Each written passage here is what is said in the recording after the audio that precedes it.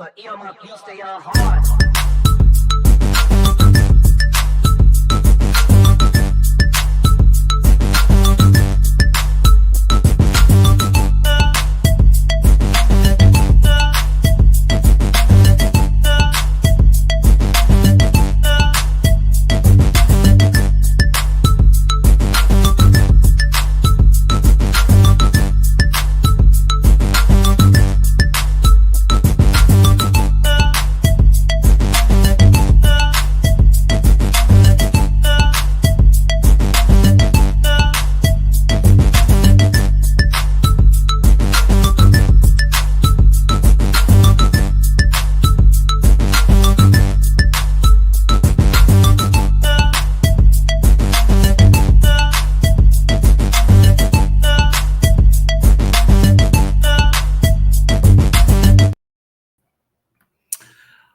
Hello, good evening. Welcome to another live episode of the BCSN SportsWrap. I'm Bryan Fulford, a fan of a championship-winning professional sports franchise, and that is Charles Edmond joining the show, the voice of Allcorn State Sports. Charles, how you doing tonight? Hey, Bryan, good to be on with you, and congratulations to your Pacers. Is nothing like your hometown team or your favorite team playing for a championship. Whether it's my Cardinals, Rams, doesn't matter. When your favorite team is playing for a chip, you feel good. And I know you're feeling good right now with your Pacers gear on and your Pacers emblem in the background. Charles, look, it felt good to, I am not the person to always say I told you so, because I don't get a chance to do that too often, Charles. But I feel like I've been screaming Pacers in 6 since the beginning of this series. And so to see it actually work out that way, woo! Oh man, I wish I could tell you, Charles, I'm a rich man, but unfortunately I can't. But I'm rich in I'm rich in spirit. I'm rich in spirit. Yeah, I mean, job well done by the Pacers. They were the better team in this series. There is no doubt about it. And so you have to tip your cap to New York, obviously making it to the first Eastern Conference final in a while. But the Pacers were the younger, the fresher team, and you saw that in the second half last night. So they're not done. I mean, they still have one more journey to get through, and I think it's going to be a hell of a series with OKC. Two young whippersnappers in terms of the talent. You got an old grizzled veteran, a boring coach in Rick Carlisle, and he's boring, Bryan. There's no doubt about it. He's one of the boring coaches. He's boring. Well, I'm just saying in terms of personality, we like personality. We like personality. We like players that have personality. We like coaches that have personality. But Rick doesn't have one. I mean, but that's okay. He's just a hell of a coach. He did it with Dallas, and he's trying to do it again with the Pacers. And then you got OKC. You talk about building that program from the foundation. I mean, their coach was in the G League, and he gets brought over. That roster is totally reconstructed, and you see where he is. And I think it just shows you that sometimes you can pull someone from the minor leagues and being given an opportunity with a young roster. And you got Alexander, the MVP of the league. You got all those draft picks. I was reading an article the other day in terms of how they got Alexander. That trade actually was consummated probably 6 or 7 years ago through other trades, which set them up to get the MVP of the league. So, I mean, look, it's a great story. Two young teams. I think maybe two of the teams that are maybe the faces of the league, Indiana and OKC. Looking forward to a great series. I think it could go 7 games. I wouldn't be surprised. This could be a home series. I think the home team will probably win every game, and it could come down to a game 7 in OKC. Here's what's interesting is two teams that did not aren't in the luxury tax, right. So that means they haven't overspent on superstars. Right. They've acquired their team through the draft. Right. And savvy trades. I mean, the Pacers' top 2 players, you just mentioned how SGA came to Oklahoma City, right? Well, Halliburton and Siakam, who was the Eastern Conference Finals MVP, they both came via trades. And I will admit, a couple of years ago when we got rid of who I called at the time Domantas Sabonis a unicorn because of what he could do at his size. And the Pacers traded him for Halliburton. And I could not understand it. Thought it was a big mistake at the time. And hey, prove me wrong. Sabonis is a good player, but what Halliburton has turned into, I don't know if, come on. He was good. He was well thought of, but I don't know if I don't know if people thought he would be what he has become this fast. Yeah. You know what I'm saying? And so, and then the draft. Oklahoma City has drafted well. The Pacers haven't had a top 5 pick. Really, most of the time, the Pacers are usually not in the lottery. So they rarely get a top 10 pick, So we drafted well in that 10 to 20 range, which is sometimes people might think that's a no man's land to draft players, really.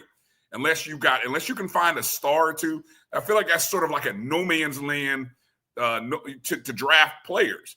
But the Pacers over the last 4 or 5 seasons have drafted guys that you saw in the last couple series have produced. And so I tweeted this out. I said, these are 2 teams built on great coaching, great player development, and savvy trades. And, they're in small markets. So look, we've had our issues where, a superstar has left, Paul George. He even left OKC. So, that's the funny tie-in to both of these teams, right? Both of these teams have blossomed post Paul George departures. So it is possible. It gives hope to the non-big city teams, the non-Philadelphia, New York, LA. If you're in Miami, if you're not in one of those major markets, you have hope that if you have a smart GM and good coach, your team could one day find themselves in this spot. So I'm hopeful. I'm excited, and I hope we get good games, Charles, because Oklahoma City is a big favorite in this series, by the way. So you would ask me off as air. They should be. Yeah. What was their record in the regular season? What was it? 60, whatever it was. Wins or something like that. 67, 68 wins. Yeah, over 60 wins. So they've been playing from the front all year long. When Minnesota smacked them in the mouth by 40 or 50, whatever, at 30, whatever it was, I think that was the best thing that could have happened to OKC, in my opinion. That just shows you that you don't have it like that. And look, Oklahoma City didn't blink. They said they got their butts whipped, but what did they do? They didn't let it bother them. They let that water roll right down their back, and they bounced back. That's what good teams do. And, as far as the coaches, Rick Carlisle, I think, is an old coach, has kind of evolved based on that. I like to see teams with a young coach. And so Rick Carlisle is not a young coach. He's been around the block a few times, but he's taken that talent that he has and it's kind of evolved. OKC has a young coach fresh out of the G League playing for a championship. And so, I look at Brad Stevens in Boston. When they blew up that organization with Paul Pierce, Ray Allen, KG, what happened?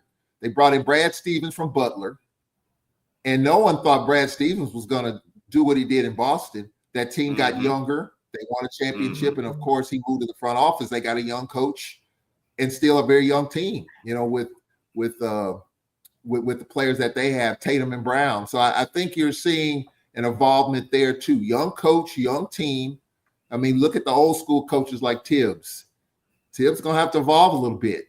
He's going to have to evolve. And even the older coaches. I think the NBA is getting younger in terms of coaches as well. So I think that model you might see that The coach at Boston is pretty young. OKC's coach is pretty young. But Rick Carlisle, an older coach, has evolved. So I think you're going to see that. And I think the days of the big three are gone. I mean, I think, you're not going to spend that type of money, with LeBron and D Wade and Bosh. I mean, that worked for as long as it worked. Now you need a couple of stars, a lot of complementary pieces, a good coach, a young coach perhaps that can evolve with the times. And I think you're seeing that in Rick Carlisle in OKC's coach. Yeah. I agree with you, Chuck. I'm so happy that we don't hear about celebrity spectators in large markets. We don't have to deal with that in this finals. Who knows? There might. You're going to see celebrities now. Sure, Bryan, come on now. Peyton Manning's going to be there. Peyton Manning's going to be at. I mean, you already. I mean, who are the Indianapolis celebs? Do you know? God. I mean, you know Peyton Manning's going to be in one of those two games. My guess is maybe a Paul George or maybe I don't know, James. This is the one city Paul George won't be at. Come on, Paul George. I mean, you want to be there to see it. I'm just as a fan, I'm just guessing. I wonder is James Harden going to be there? Kevin Durant might sit up in a luxury suite. So I don't know. I mean, I might be wrong, but what celebs do you expect to be sitting courtside for this particular series? I guarantee you it'll be Peyton Manning, Reggie Miller. Reggie Miller was there handing out the trophy last night. Mm-hmm. So those two you can kind of think of. So, Bryan, who are the Indianapolis or Indiana celebs? Caitlin Clark, she was there last night. I would expect that she'll be there. I mean, we're just calling out the Indiana superstars here. There will be a few famous names, because it's ESPN, ABC. You'll see a Pat McAfee who has developed quite a big following, and he's an Indianapolis guy, former Colt player. I don't know. You might, who knows? They'll probably find an old John Mellencamp somewhere. I don't know, man. Babyface might make an appearance. Oh my goodness gracious, man! You're really all of a sudden Babyface come out the woodworks. You'll be like, man, we ain't seen Babyface in a decade. I haven't called Babyface's name in 15 years. Are we going that far back? He's still out there making music for the aunties, Charles. So I mean, he's for my great grandmother. Yeah, exactly. Jesus, triple H. Yeah, you might get some wrestling guys out there. I don't know, but it'll be interesting to watch. This is kind of refreshing. I mean, for those like me who are older, who like to see the old establishment, I mean, I would like to see LeBron get another one. I'd like to see Steph Curry get another one. But sometimes these things do refresh themselves, whether by accident, on purpose, or whatever the case. And I think you're seeing that in the NBA. 7 different champions, I think, in the last 7 years. So I think the league is making the adjustments to where it's not just all about LA, New York, Miami. I think it's good. It's good for the sport. It's good for the fans. And even though these aren't your 2 larger medium markets, they're probably 2 of the smaller markets in the league. But still, it's refreshing, and I'm just looking forward to seeing how it plays out. I am too. Yes, I forgot about Vivica. Vivica might make an appearance. Shout out to with her sexy self. Again, for the uncles out there. The OKC fan base, blue collar fan base. Hey, look, and that's another thing. These are 2 fan bases that are definitely blue collar, Midwest. I guess you could say, Oklahoma City's more southwest, Midwest, I guess, I don't know, but in true Midwest fashion, you would call Oklahoma City Midwest? Yeah. Really? Yes. I would call them Oklahoma Southwest. City. Now, I'm from St. Louis. St. Louis is kind of, midway. St. Louis Midwest. is probably 500 miles from Oklahoma City. And so I would, at least for me as a Midwesterner myself, I would put Oklahoma, OKC in the Midwest phrase. Now, somebody else might think differently, but I think of OKC, Oklahoma as a Midwest state to me, kind of in the middle. Okay. Yeah, kind of leaning a little bit west. So that's just me as a Midwesterner myself, but somebody else might look at it differently. But I would put Oklahoma in a southern plain at all, in my opinion. Interesting. What's always fascinating about series like this is, young kids who are coming up, it's a geography game. See, I agree with you, Carlos. Carlos, I would think it's Southwest, but anyway, I think it's a great geography opportunity for young people. See, I learned about the geography of the country through sports teams. I followed, I used to know where cities were and states based on NFL franchises, NBA franchises. That's how, that's how I learned geography. Now, I don't know. I don't know if kids, I asked, don't get me started on asking my kids about state capitals and things like that. And, we failed kids somewhere along the way, Charles. But I think this is a great opportunity for kids to learn about, hey, Indianapolis is the capital city of Indiana. Oklahoma City is it the capital of Oklahoma? I believe it's Tulsa. That's Tulsa. Well, but I mean, there's a lot of things that have happened in Oklahoma City, some good, some tragic, so I mean, it's a great opportunity for people to hear about two states and two communities that we don't get a chance to talk about. So, when you look at this schedule, and I love the schedule, you're going to get at minimum a week of talk about Indiana and Oklahoma and, Indianapolis and Oklahoma City. And Charles, I got a feeling this thing might take us 6 games. I don't know if it'll go a full 7, but I think we'll get at least 6. And so it's a great opportunity. So I definitely would look forward to this. And, we're going to see some rabid fan bases, but we won't get the obnoxiousness that we get from New York fans, so glad they're gone. But anyway. Well, I liked it at the end of the game last night. I mean, the Indiana fans were really classy in terms of how they celebrated and not really, putting it in the face of the Knicks. I mean, that's a pretty good rivalry on the Eastern side. It was intense. It was physical. There's no doubt about that. But I like the class. And I think Rick Carlisle said it. When you think of Indiana, you think of basketball. I mean, that's Hoosier basketball, Indiana. I mean, so that, that the sport of basketball is going to get ratcheted up tenfold starting with this finals, because that's what Indiana's known for, basketball. And so I think that's going to get elevated too. Just for political purposes, yes, Carlos, they are red states as well. So that part we will hear about it as well. Yeah, absolutely. And, there's a few other cities in Indiana other than Indianapolis, EA. There's a few that have made some noise, of course. We are what we are. So how many? Okay, I'm seeing you guys chime in with a few predictions in terms of games. Blue Jacket says 5 games. Shameful on you. Carlos says 6 games. OKC. Yeah.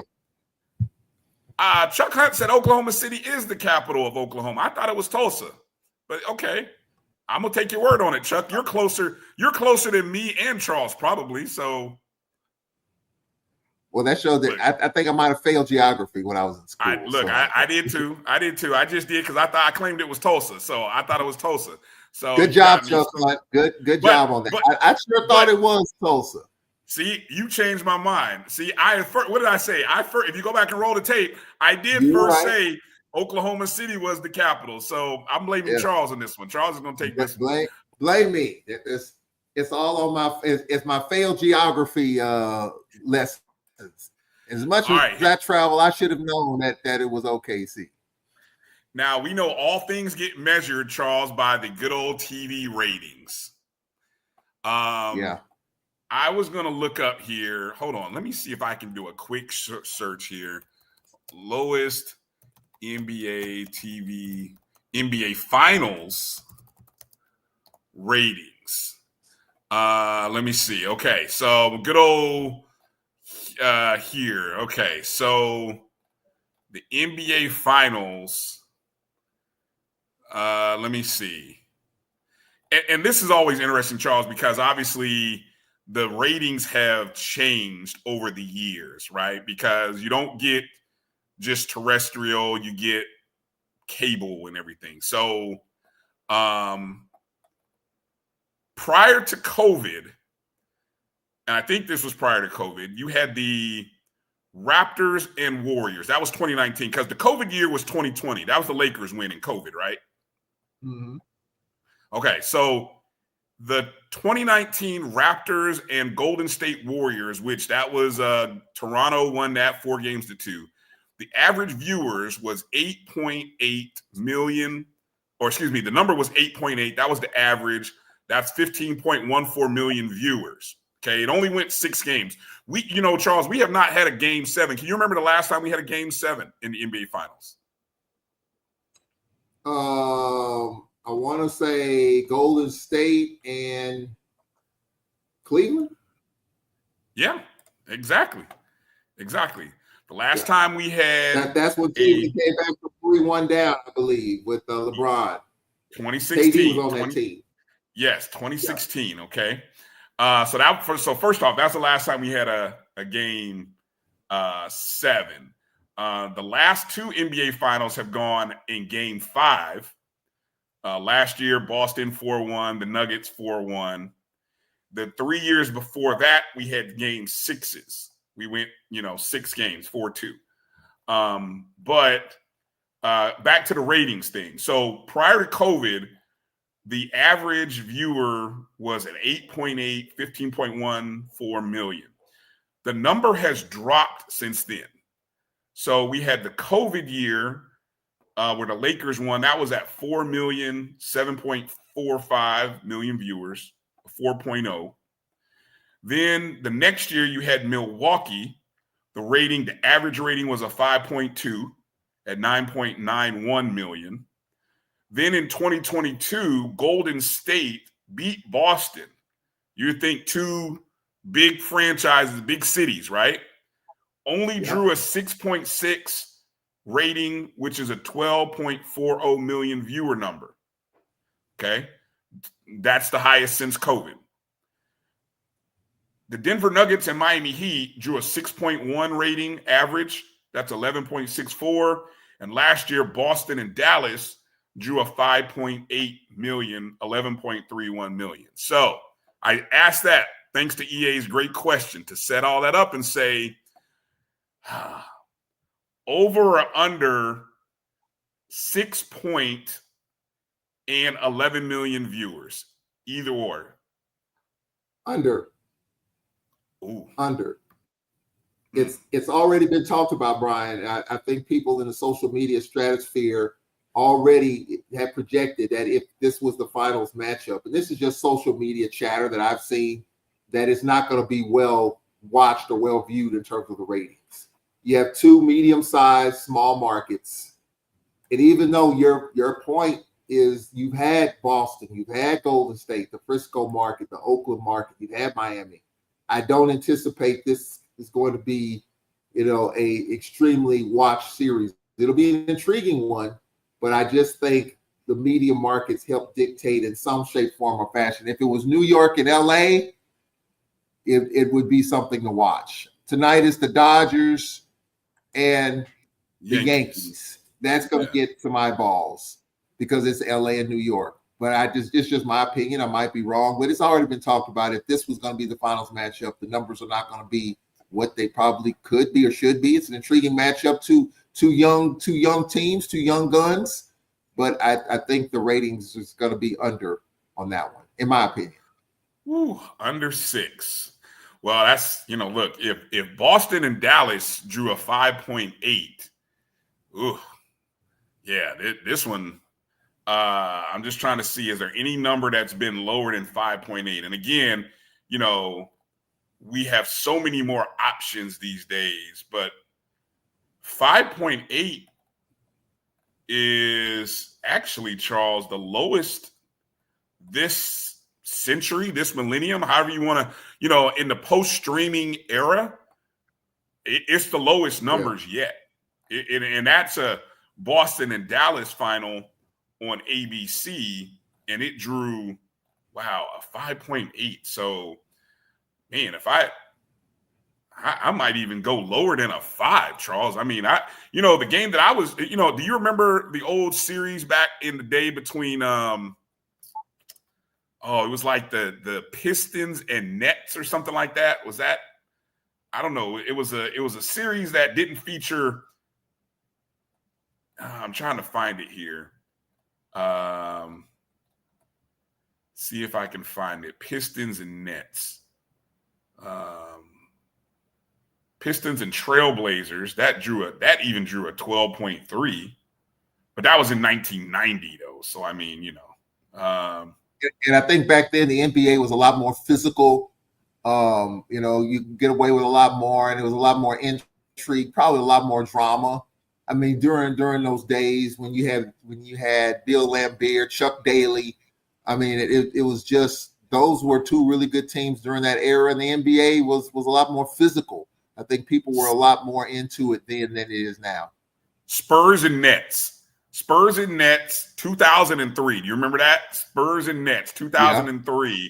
That was on the heels. That was after the Lakers had done the three-peat, right? The Lakers had done a three-peat, and then the Spurs beat them in 2003.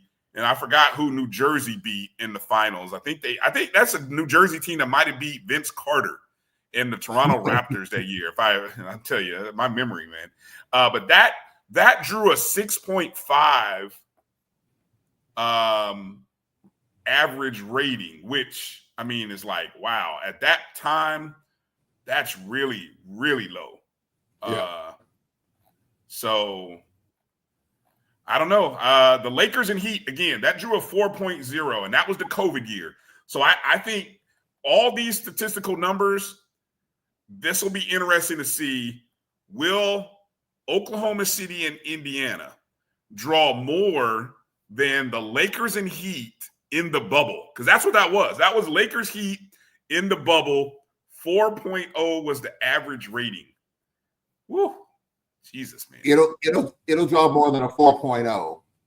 You think? In my opinion, I think it will be higher than that, but it's going to be record-shattering viewership and record-shattering ratings. I mean, look, these two teams, I think, in my opinion, when it comes to fandom, I mean, these are up-and-coming teams. We've seen it, especially OKC didn't surprise anyone. They were the best team all year in the West. Indiana got there, and I just think these two teams have to grow on us.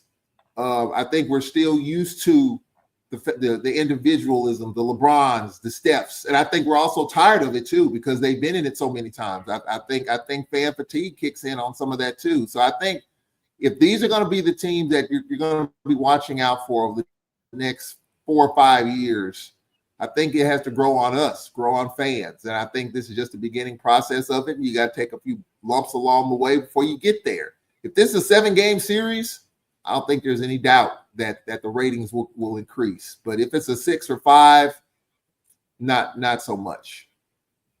Mm-hmm.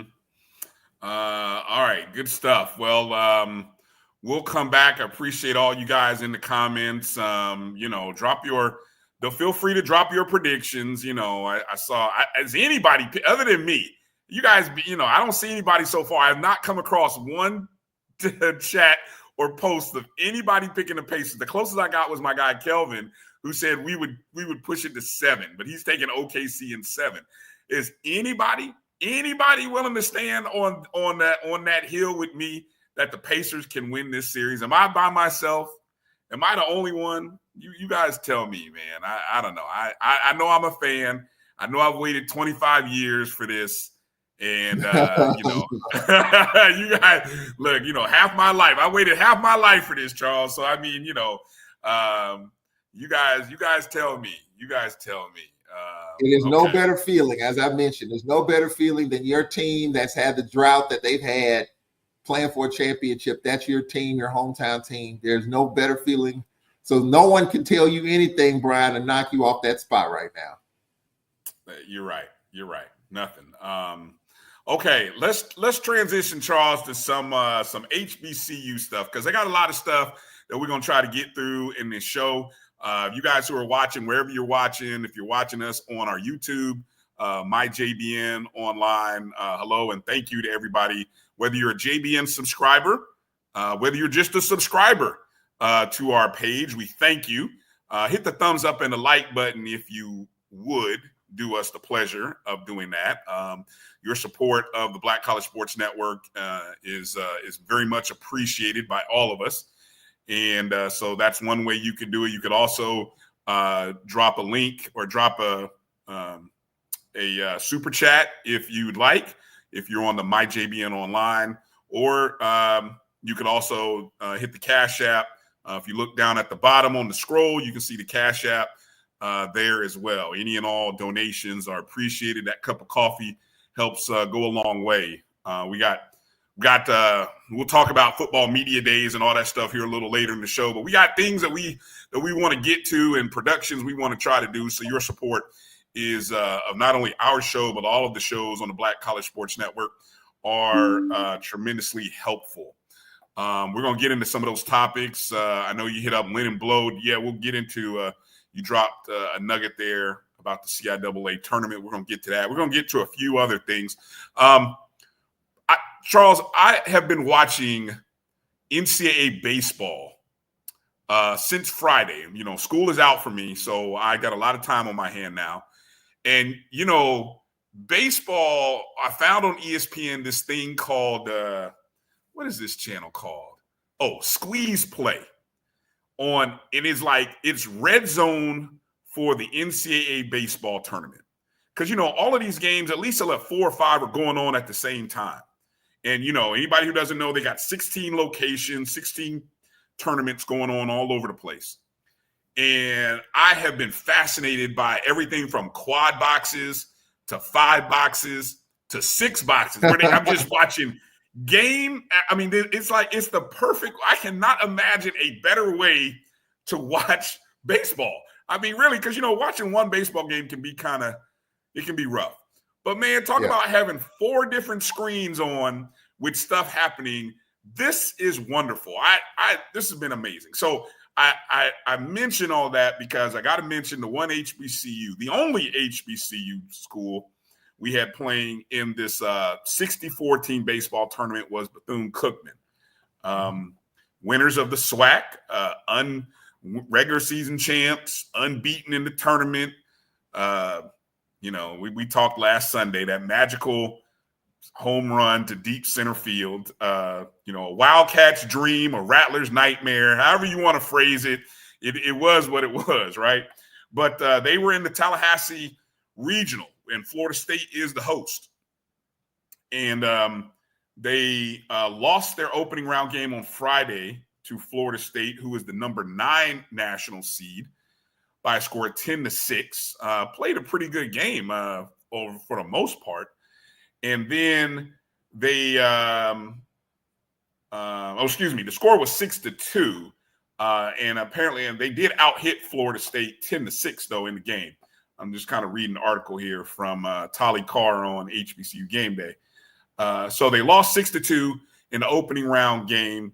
So they go to the elimination bracket, and they have to play Northeastern, who was ranked number 19, who, Charles, I put a little pizza money on Northeastern to come out of the region. That didn't come out too well. But I had heard good things from people who pay attention to baseball, college baseball, way more than me.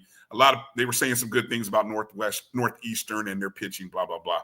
So anyway, they ended up, Bethune lost to Northeastern by a score of 4-3. As the Northeastern Huskies scored 2 runs in the top of the ninth inning to basically come from behind and defeat Bethune. So, as you look at the overall performance, Charles, of Bethune, finished their season 37-23. How do you evaluate what we've seen from Bethune-Cookman? Do you feel like, hey, they represented themselves well? They represented the SWAC as best as they could, and, not bad. Not bad. Very respectable. 2 low-scoring games, especially day 2. You know how these things kind of work. When we get into that elimination game, the pitching goes down the drain and you lose that second game 12-0 or whatever it is. But that wasn't the case with Bethune-Cookman this year. They were the best team in our league all year. They had to hang on, and because Florida A&M was coming down the stretch, I thought they were battle-tested going into the tournament, and obviously that 3-run shot propelled them to the championship. Very good accounting of themselves. They lost 2 in that first game. They left 8 runners on base. They had chances, and you get a lead late. Oh man, that's tough. But I do think that job well done. Job well done. Coach Hernandez has done an outstanding job with that program. And look, they were good in the MEAC, and they were close in the SWAC tournament, and they finally got over the hump. So I like what I saw in the NCAA tournament, and I'm sure better things are coming down there in Daytona. But a very good accounting of Bethune-Cookman for Bethune-Cookman University and for the Southwestern Athletic Conference. Very proud of them. The one thing that I have come away believing, Charles, is I don't think we are that far away from. Can you recall when was the last time a SWAC baseball team won a game in the NCAA regionals? Has it happened? Yeah. I mean, Jackson State a few years. This is now just off the top of my head. When Jackson State won the tournament back-to-back years, they beat the number 1 team in the nation that year, Louisiana, 1-0. And so, yes, it has happened, but it doesn't happen very often. And so, again, this to me goes back to the regular season, where we've got to get out of just being the number 4 seed and playing at LSU's regional, playing LSU or playing Florida State and Tallahassee. Right? That's a whole nother conversation. And we can talk about that too, but that goes through the regular season and the midweeks and all of that. But, we have to, if we want to get out of that, if we want to, instead of playing Florida State first in the Tallahassee regional, why not play Northeastern first in the Tallahassee regional? So yeah, Dr. Coffey said Jackson State was, but just off the top of my head there, they beat Louisiana. They were the number 1 team in America playing at their regional. And they won 1-0, I believe, was the score. So that was the last time. But I just think that it frustrates me.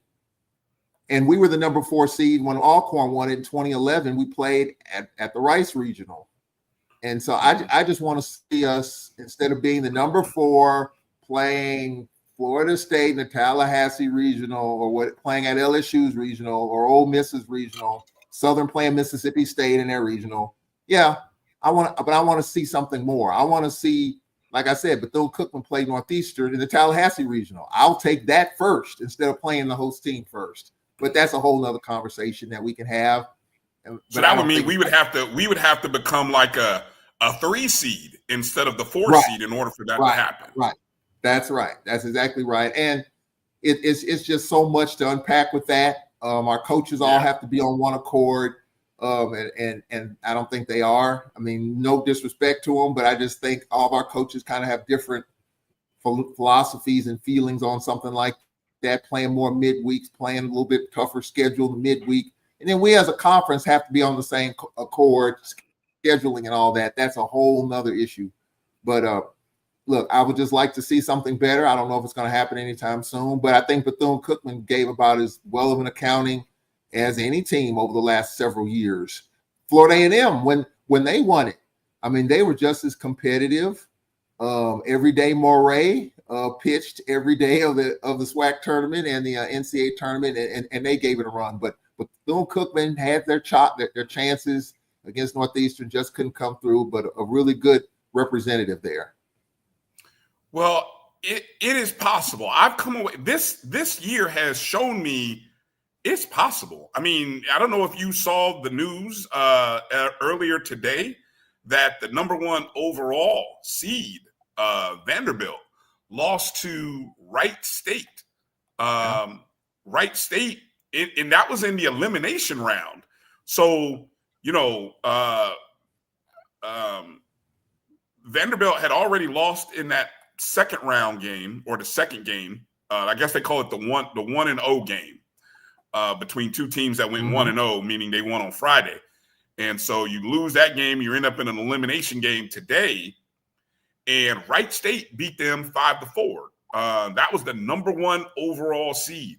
But there have been other what I would traditionally call mid-major programs that have gotten pretty good wins. And again, I'm speaking outside of the let's call it what it is: the SEC, ACC, Big 10, Big 12. So is that your Power 4? That's your Power 4. So anybody outside of the Power 4, I'm calling you mid-major.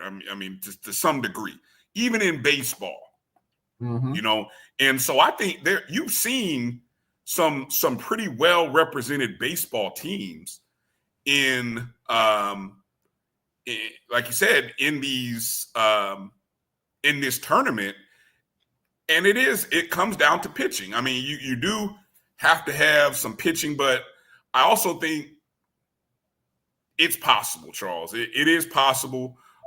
We've seen, I think Florida A&M and Bethune do a great job of scheduling, making sure to play, whether it be the Power 4 conferences or other mid-majors, Division I opponents, okay?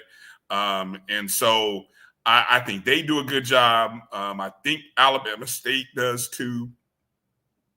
I mean, there's some other schools that and I know are playing some NAIA and D2s, which, another story, another show. But I think there's an opportunity in baseball for us. And what I like about the baseball opportunity, Charles, is that unlike volleyball, basketball, it's a double elimination. So baseball and softball, you actually get an opportunity.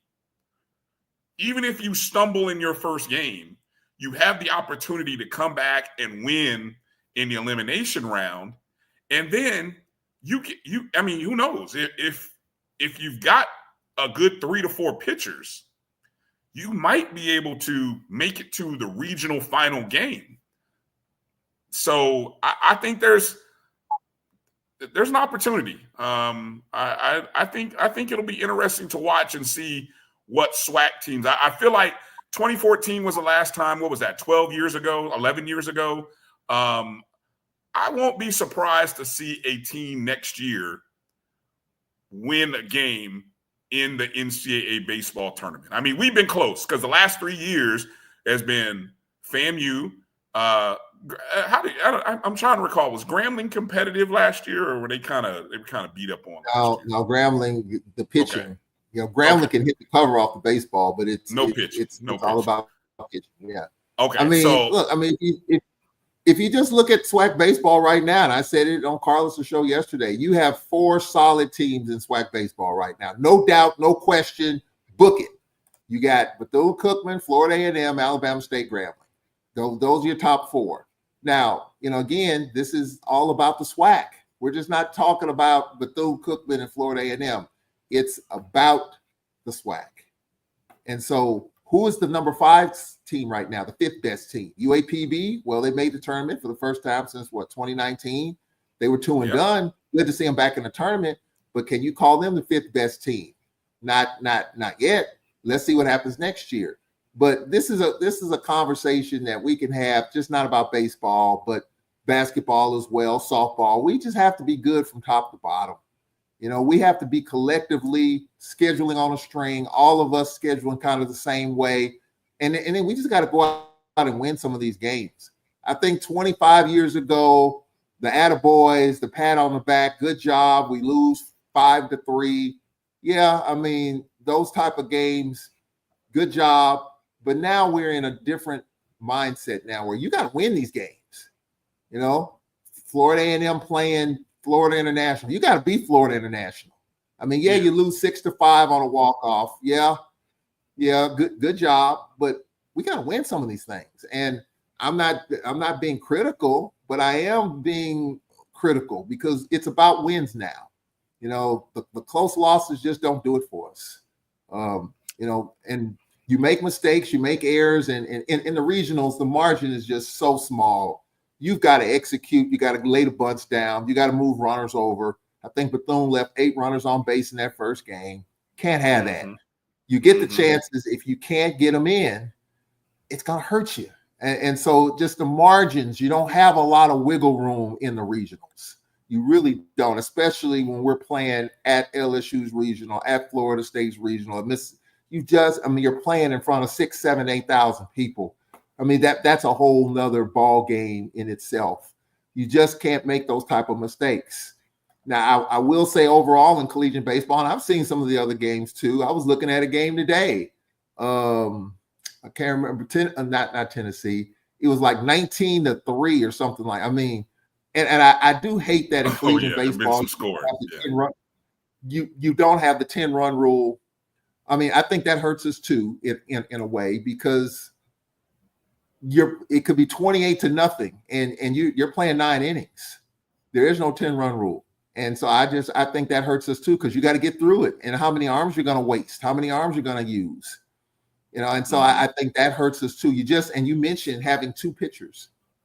And you know, you talk about the financial investment. I think that's another piece of it. I mean, on paper, Bryan, for baseball on paper is what? A non-revenue sport.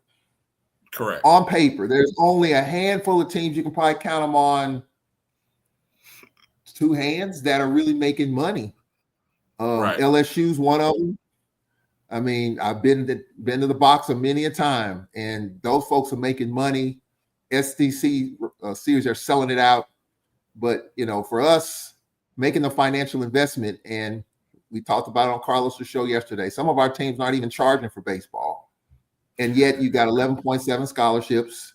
You got to pay coaches. You got to buy equipment. I mean, all that stuff encompasses a program. And so we have to deal with that. And so, you know, you can only get what you can get. Some teams only have on paper 3 or 4 scholarships. There was a program that only had 4 scholarships they're paying for. This was 2 years ago. I don't know if that's the case now. You know, you can have 11.7 at the most. Now, some with this new model, you can have more than that. But some of our teams only have 3 or 4 paid scholarships. Some of them half a scholarship or whatever the case. And so that's a whole nother issue. So we, you know, there's a lot in the bag there that we have to unpack, that we have to come to grips with. And I think we're doing what we can, but until we start making a few more dollars at the gate, until we invest, as Dr. Cavill mentioned, more, then I think you're gonna run into this big roadblock, and it comes back to bite you a lot of times in the regionals. And so this is kind of where we are. I would like to see us go into. First of all, I would like to see us, instead of being a 4 seed, I think a 2 seed is not realistic. I would love to see us be a 3 seed, but it's going to require all 12 teams to do a little bit better job in scheduling in terms of the midweeks, to play quality teams, not these NAIA teams, but we all have to be on one accord on that. And I just think we're not there. You know, I don't know the exact date. You may know this, but the conference meetings are happening this time of the year. I know the SEC is having theirs. The SIAC is having theirs currently right now in Atlanta, Georgia. Okay. Big weekend, big day, big 48, 72 hours happening right now in Atlanta for the SIAC. And I'm sure upcoming, the SWAC is going to have theirs. You may know the exact date. I don't. But I would imagine it's coming up in another week or 2. Yes. I can find. I don't know exactly what date it is, but it is coming up here. But maybe Dr. Cavil knows that. I didn't ask the commissioner when I interviewed him when the exact date is, but it is coming up here the next week or so. With all and I know how. So I would imagine at these meetings, you not only have a meeting amongst the athletic directors, but you have the coaches that'll meet from the various sports. I would imagine you would have the various committees. Then you would have the commissioner, and then you'd have your president's meeting. It's interesting, Charles, as we talk about the changing of college athletics and all the issues that we have just talked about, and that's just one sport, baseball. But that same mindset,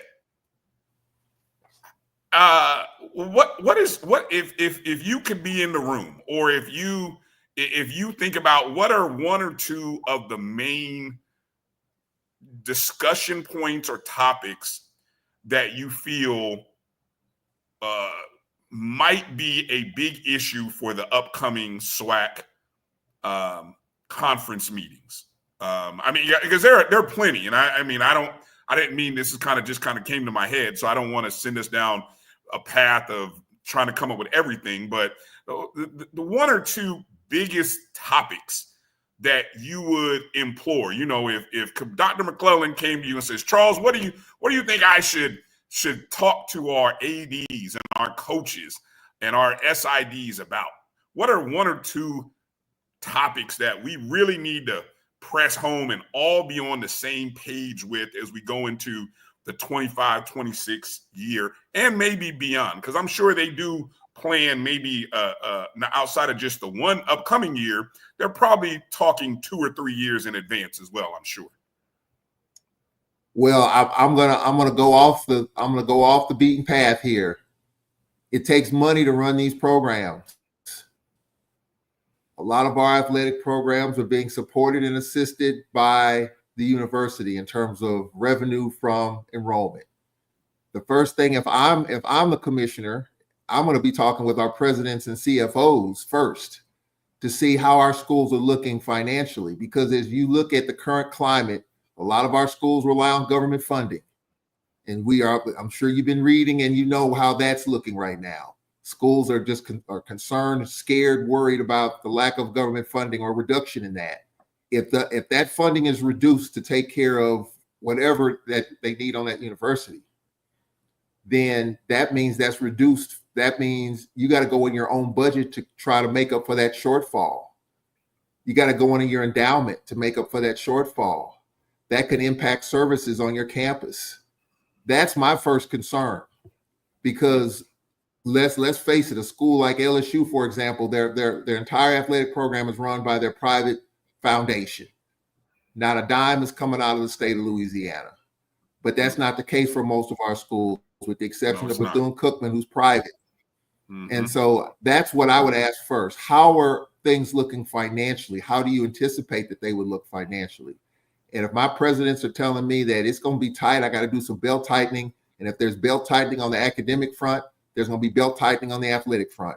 And so that's where I would look first, because then we can kind of have a conversation in terms of, can we improve our programs, put more money into football or whatever sport, maybe improve baseball. But until we get the financial picture in totality, it's really hard to say how many steps you can take forward, or whether you're standing still or maybe you have to take a step back.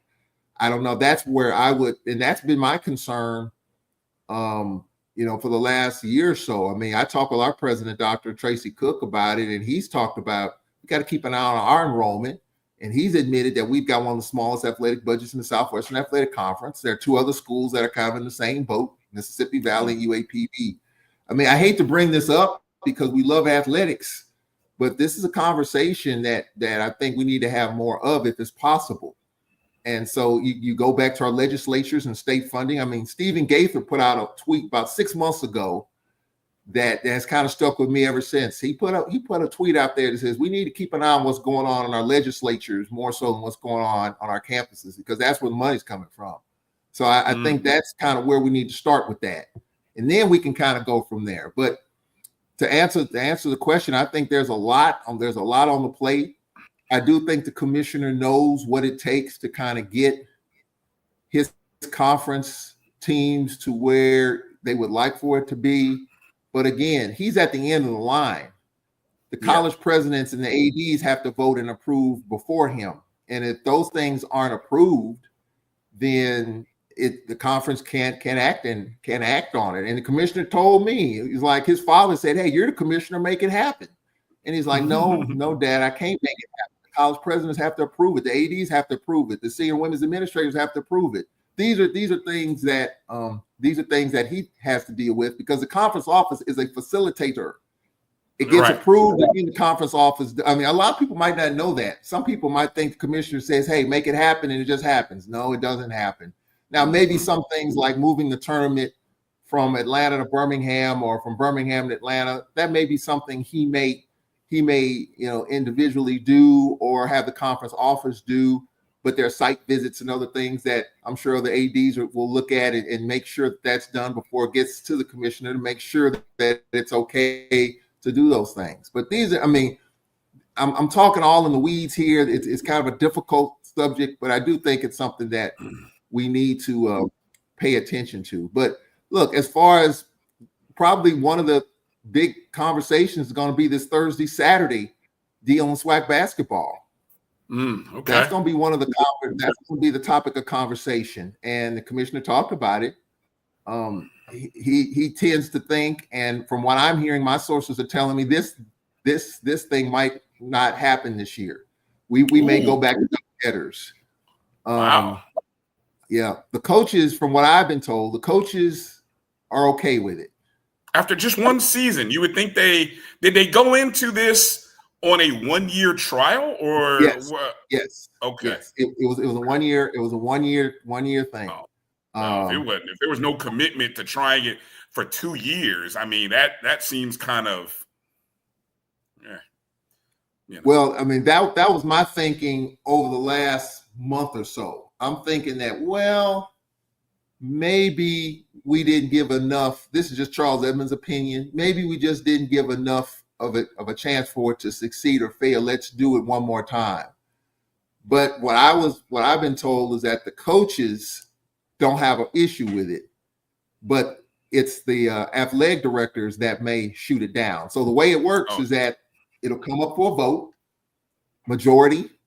If the coaches majority approve it, it's approved from the coach's standpoint. Then it goes to the next step, which is the ADs. So the coaches might approve it, and the ADs might shoot it down, and that's it. We're going back to double headers.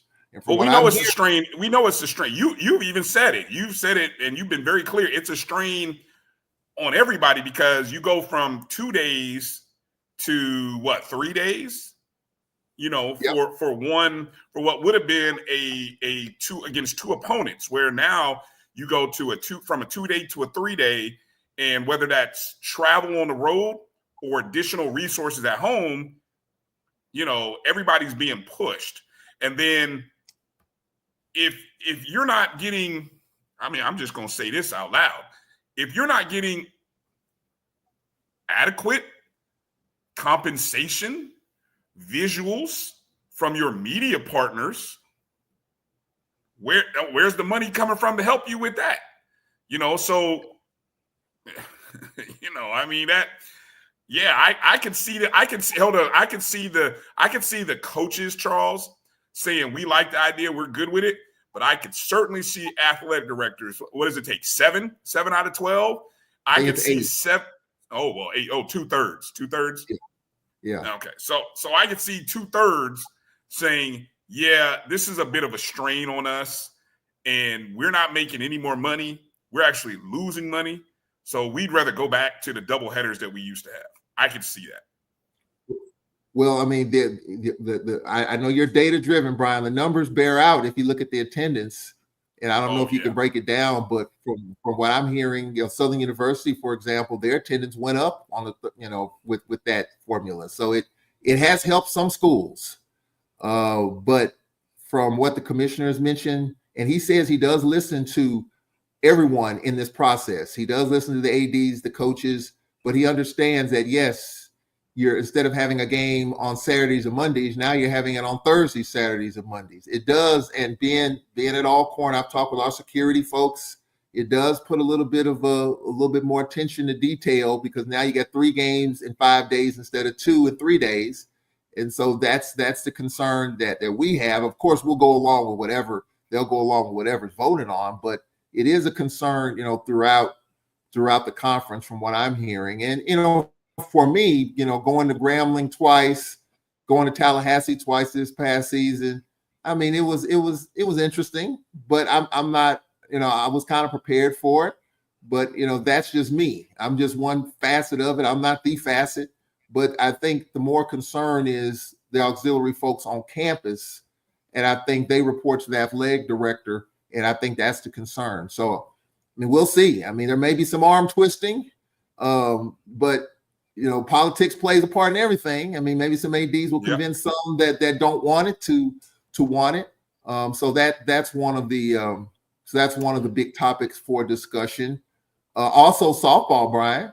Well, hold on. Let me come back to the basketball thing for a quick second, because what I would love for, and I hope, and I'm sure they are. So I'm saying this as a hope with a 90% confidence, and if not, shame on you if you're not. But I would hope that every athletic department is coming to these meetings with numbers to say not only what were our numbers attendance-wise, what did we generate, what were our expenses, but also because there was a real lack of visuals from your television partners on these Mondays and Thursdays. That means most everybody else was either going with their pay-per-view stream, or you were streaming it for free. And if you were going to the pay-per-view model, did you see an increase in your pay-per-view subscriptions when you went to that model for these games? Because again, I thought this time last year, the idea was, hey, let's give more exposure. Women's basketball more eyes want to see women's basketball. So let's make it possible for people to see more basketball, right? Well, part of that is making it accessible. But if you got pay-per-view and if you're having to pay, well, did your numbers go up? Did your pay-per-view numbers go up? Whether it be your monthly subscriptions or your per-game subscriptions, every school should have that data available. Look, I'm not one of these people, Charles, who are going to say, show me the numbers. We got enough of those folks on Twitter. And some of them, we love you. You're in the chat room. Show me the numbers. I'm not going to ask you. Look, the numbers are out there. If the schools want to leak the number, they'll leak the number. They're not going to give it to us if we ask, okay? And they don't have to. But if you're charging me $9.99 a month, I hopefully can see the game and that you've got the technology working. Or some of our schools are charging like $20 for a Thursday night women's basketball game. Screw you. I'm not paying $20 to watch college women's basketball. I'm sorry.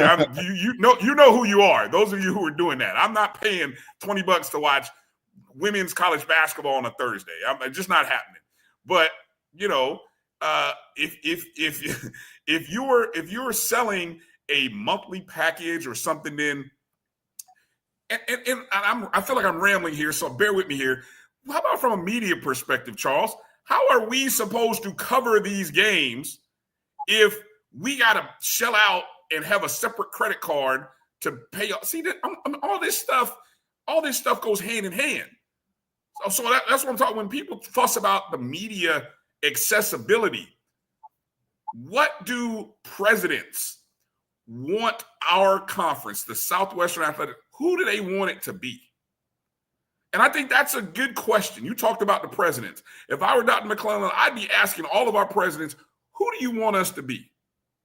Do you want us to be compared with another mid-major conference? God forbid. I mean, you may have visions of us being something that we're not, one of those top 5-10 conferences.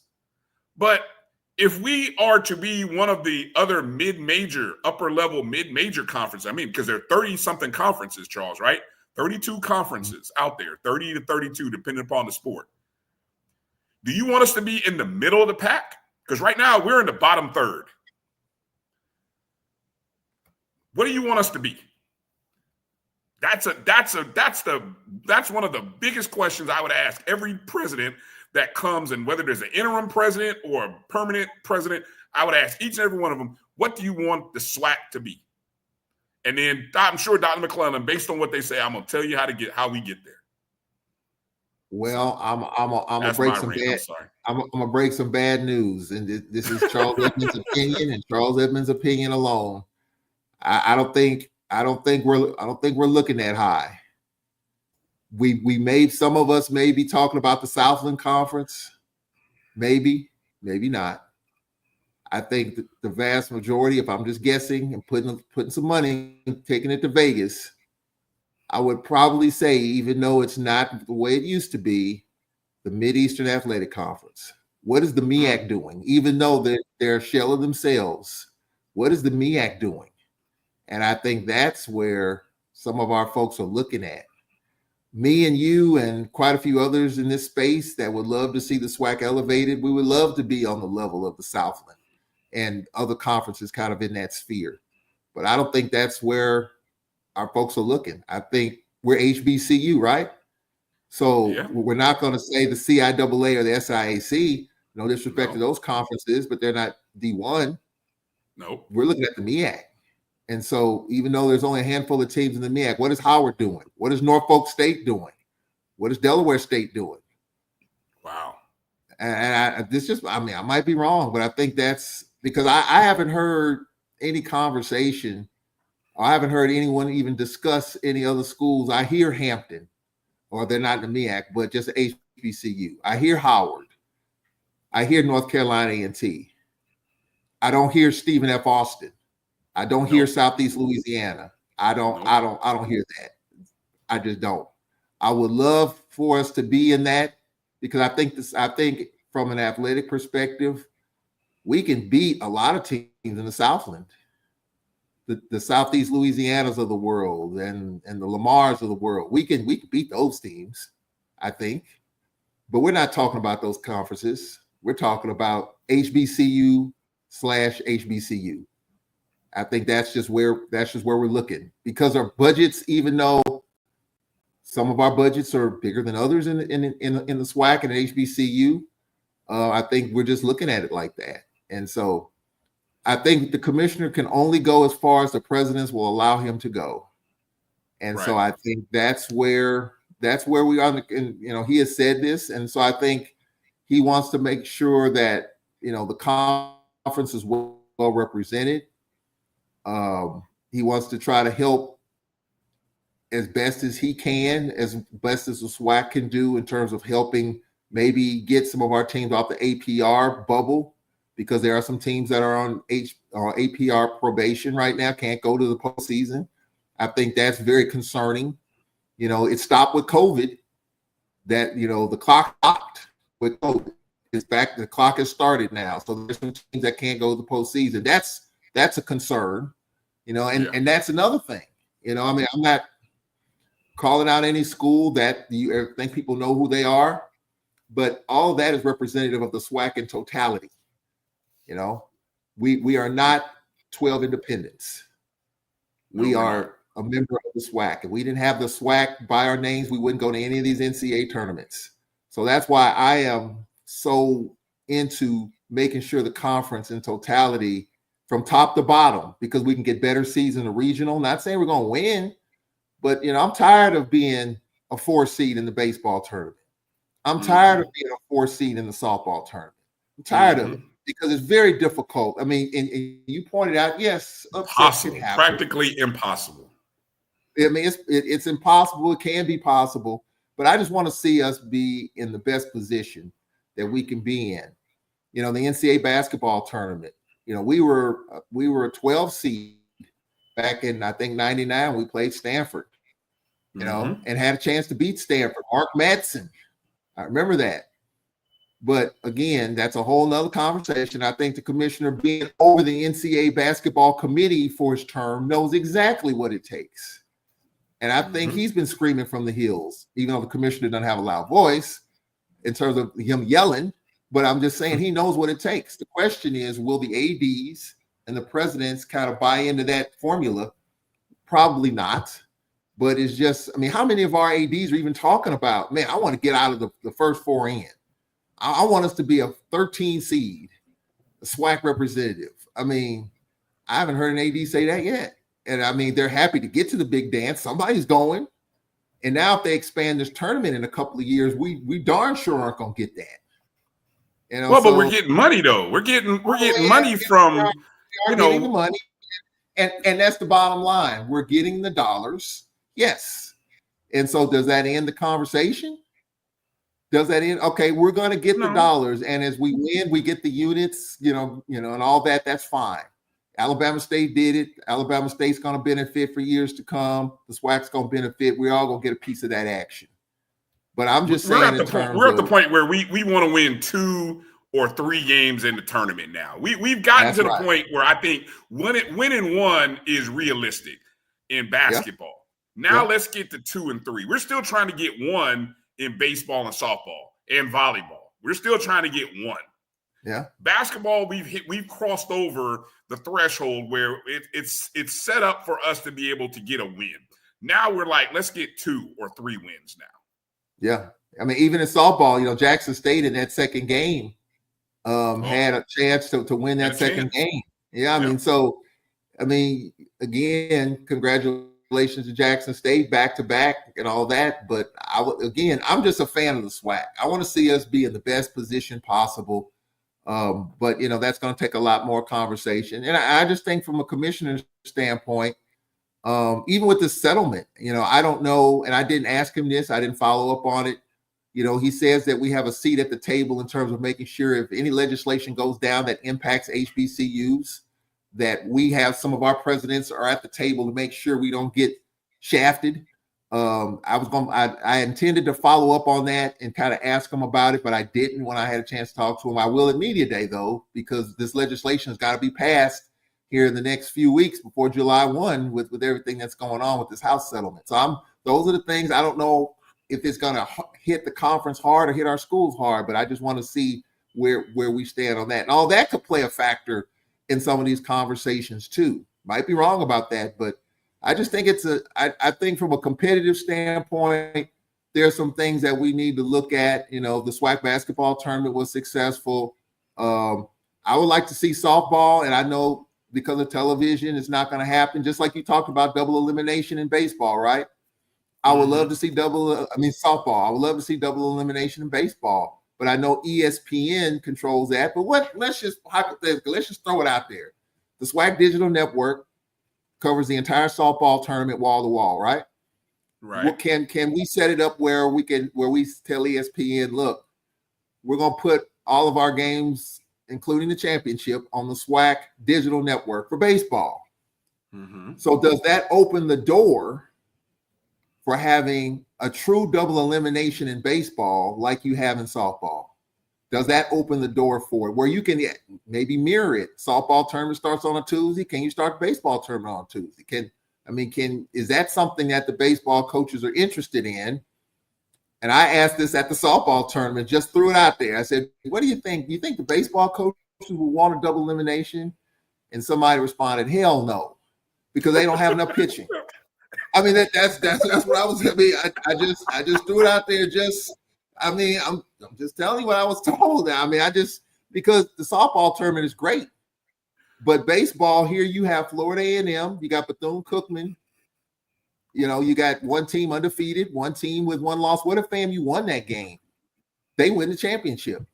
They got one loss, Bethune's got one. I mean, so I don't know if it's going to happen, and so I think that I don't know if it's going to be brought up, but I think television controls it. But what do people think? Would people love to see a double elimination in baseball as you have in softball? I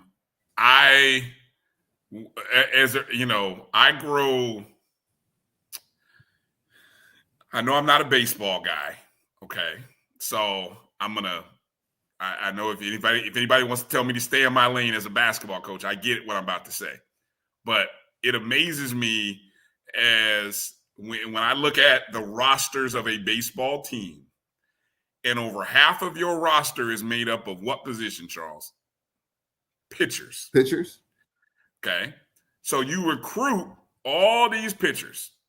And I know you're training and you're developing, but to get to the tournament and not be able to come away with 3 to 4 guys that could go 5 to 6 innings and 3 relievers who can carry. I mean, you know what I'm saying? I mean, what are we doing?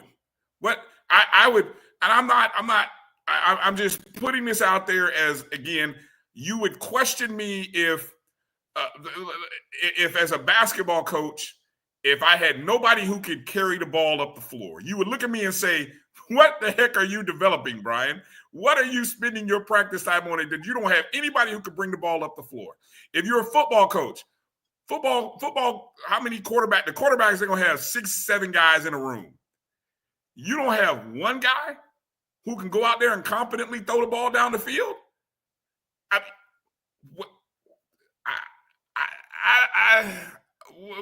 don't think we're asking the right question.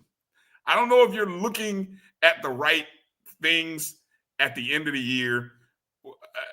And it's head scratching. And again, I'm not a baseball coach. I watch, and I just know that I just feel like if you have 12 pitchers, and probably more, 12 to 15 pitchers on your roster, we can't get down to half of those guys being serviceable at the end of the year in the tournament. That's sad.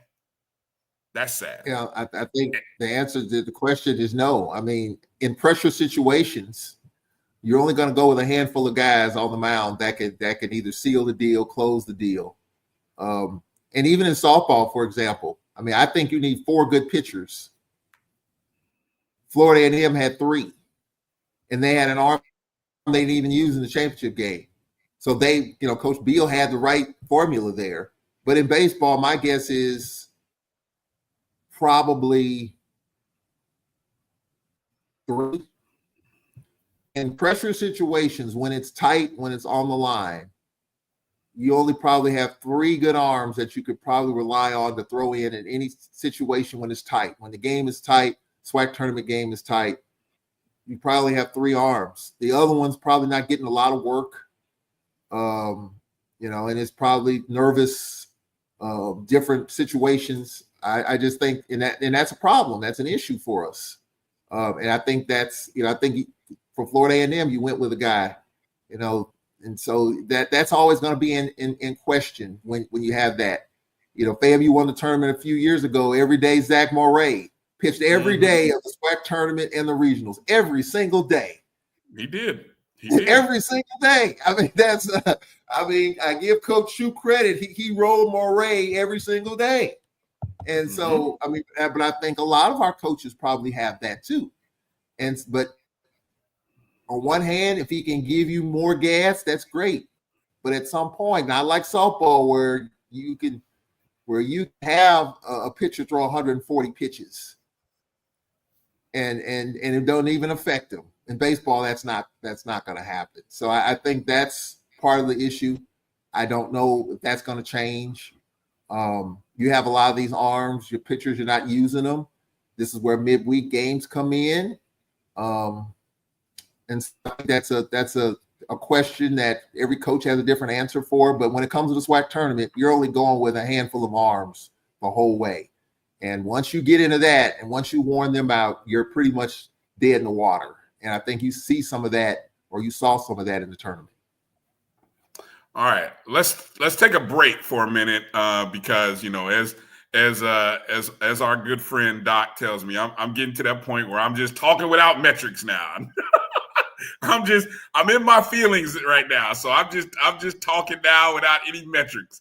But I do want to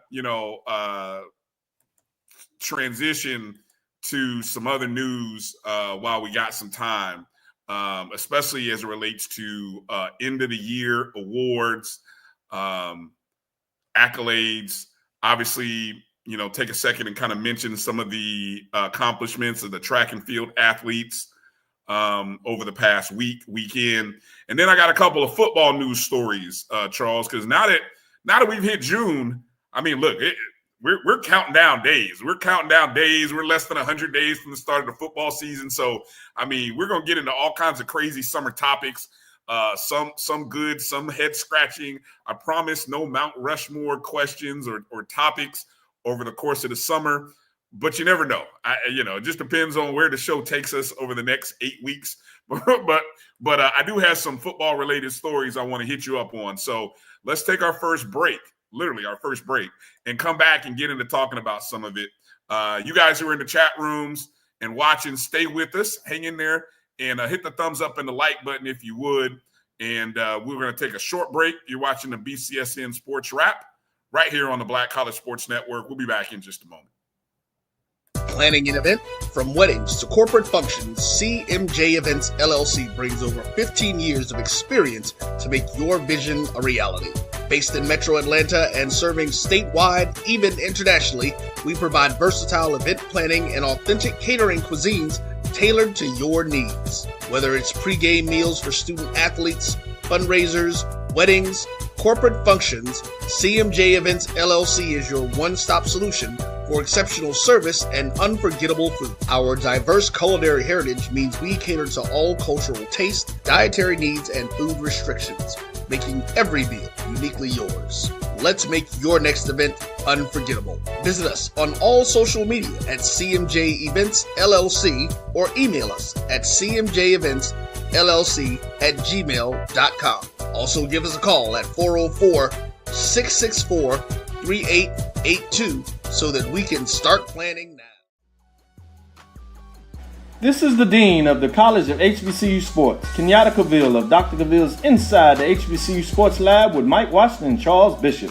Come mix it up in the lab where the course lecture is in session every Tuesday from 6 o'clock p.m. Central Standard Time on Facebook Live, YouTube Spreaker, or the BCSN app, as we discuss all things about the HBCU sports culture, including exploring the week that was in the sporting HBCU diaspora, as well as the upcoming week of HBCU Sports. With me, the Dean, the College of HBCU Sports, on Dr. Cavill's Inside the HBCU Sports Lab with Mike Washington and Charles Bishop. Course lecture dismissed.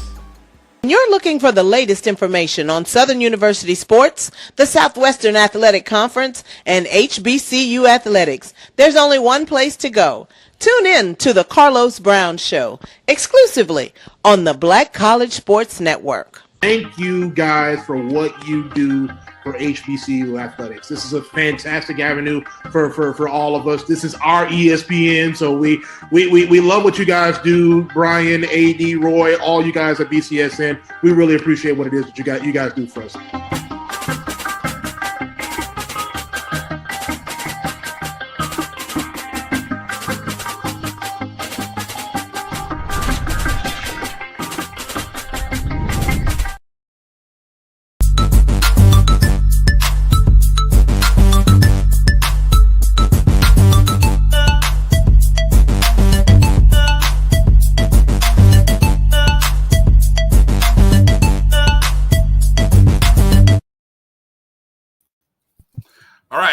Welcome back to the BCSN Sports Wrap. Bryan Fulford and Charles Edmond here. Appreciate you guys checking us out. I want to encourage any and all of you, if you are a podcast listener or watcher, you can catch all of the shows that are on the Black College Sports Network throughout the week on the BCSN Pod Zone.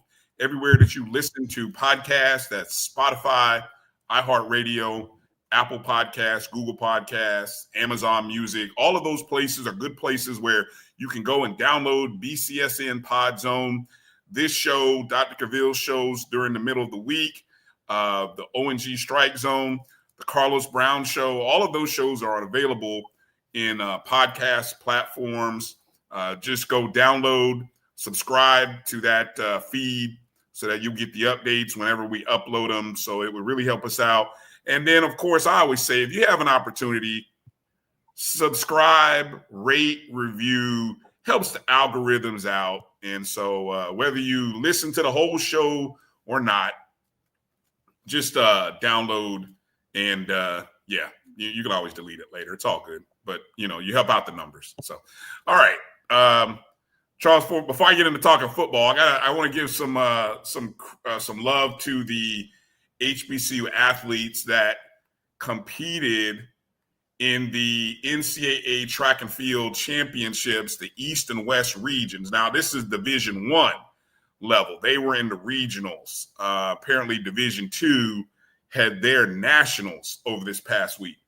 And there's a lot of accolades and a lot of schools that, a lot of athletes. So I'm not going to go through the whole list. I don't have any unique graphics. I didn't get a chance to get all that. I will make mention of a couple of things. North Carolina A&T had I'm looking at the number of schools and athletes that advanced to the NCAA Nationals that'll be in Eugene, Oregon. I don't think it's next weekend, but I think it's the weekend after that they'll be competing in Eugene, Oregon in the Nationals. So essentially what they do is they take the two regions, the East and the West, and they bring them all together for Nationals. Well, North Carolina A&T on the men's side had a total of three athletes and two relay teams that all qualified for Nationals.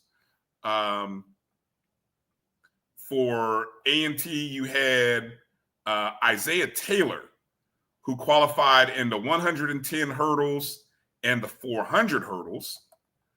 You also had Xavion Taylor. I hope I said his name right.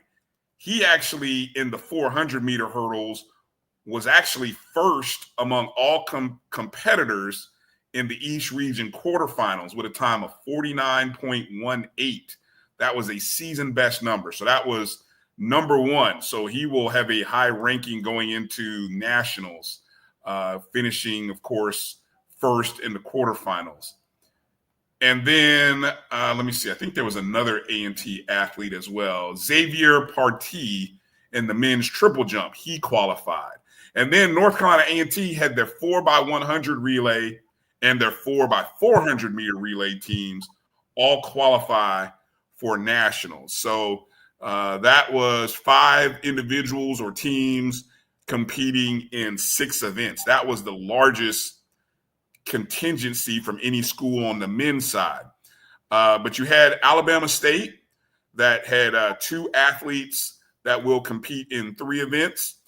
Jackson State had an athlete compete and will qualify. Southern and Florida A&M also had athletes compete and qualify. Howard University had an athlete as well as one of their relay teams, the 4x400 men's relay. They will be competing in Nationals. Coppin State also had an athlete that'll be competing in Nationals. And then UAPB with an athlete and a relay team. It was UAPB's 4x100 meter relay team.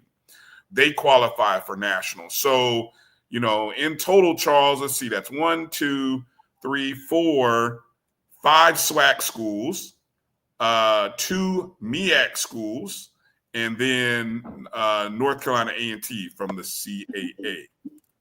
On the women's side of things, only 2 schools are represented going to Nationals. That's North Carolina A&T and Howard University. North Carolina A&T had 2 athletes that'll compete in 2 particular events on the women's side.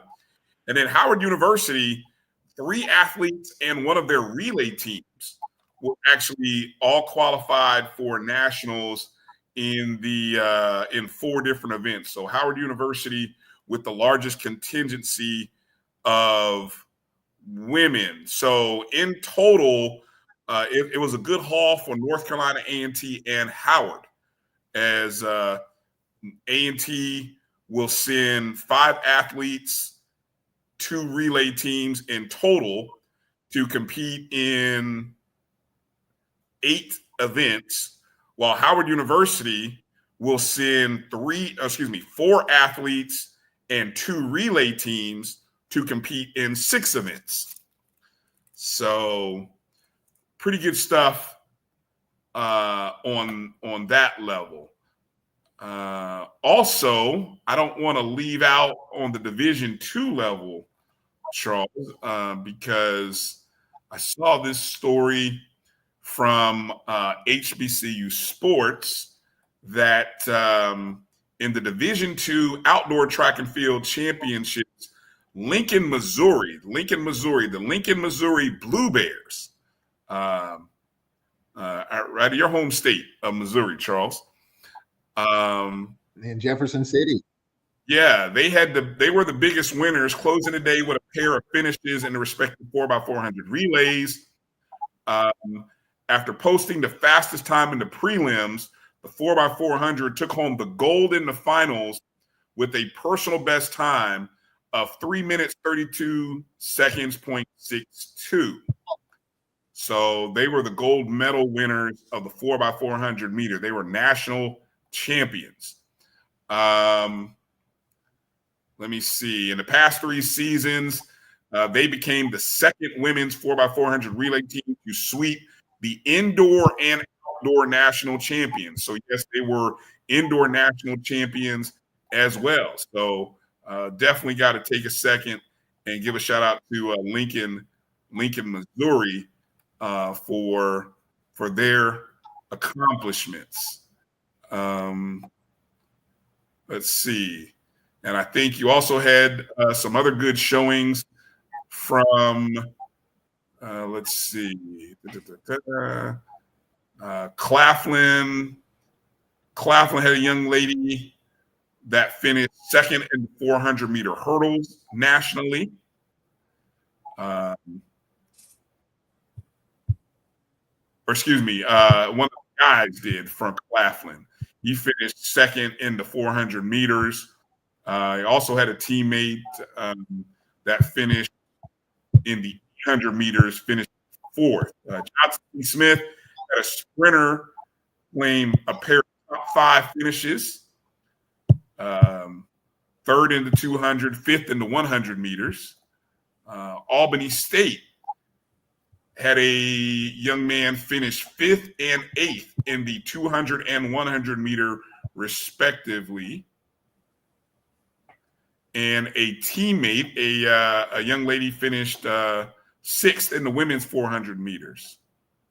Winston-Salem State also had a young lady finish 4th in the women's 100-meter hurdles. Virginia State had a young man finish 4th in the men's high jump. So you can go and check out more on that story over on HBCUsports.com. Jared Hoffman with the good story on that from earlier in the week, but just wanted to give some mention there.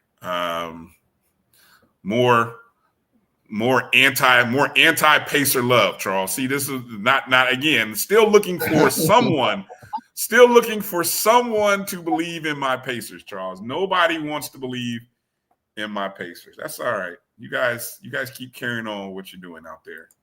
So you'll come around. That's all right. You'll come around. I just think this will just be a hell of a series. I think this is going to be one that people will enjoy. And look, if Indiana can get one in OKC, then that changes. That's where the series starts. That's where it starts, right? What they say, you got to get one on the road. Get one on the road.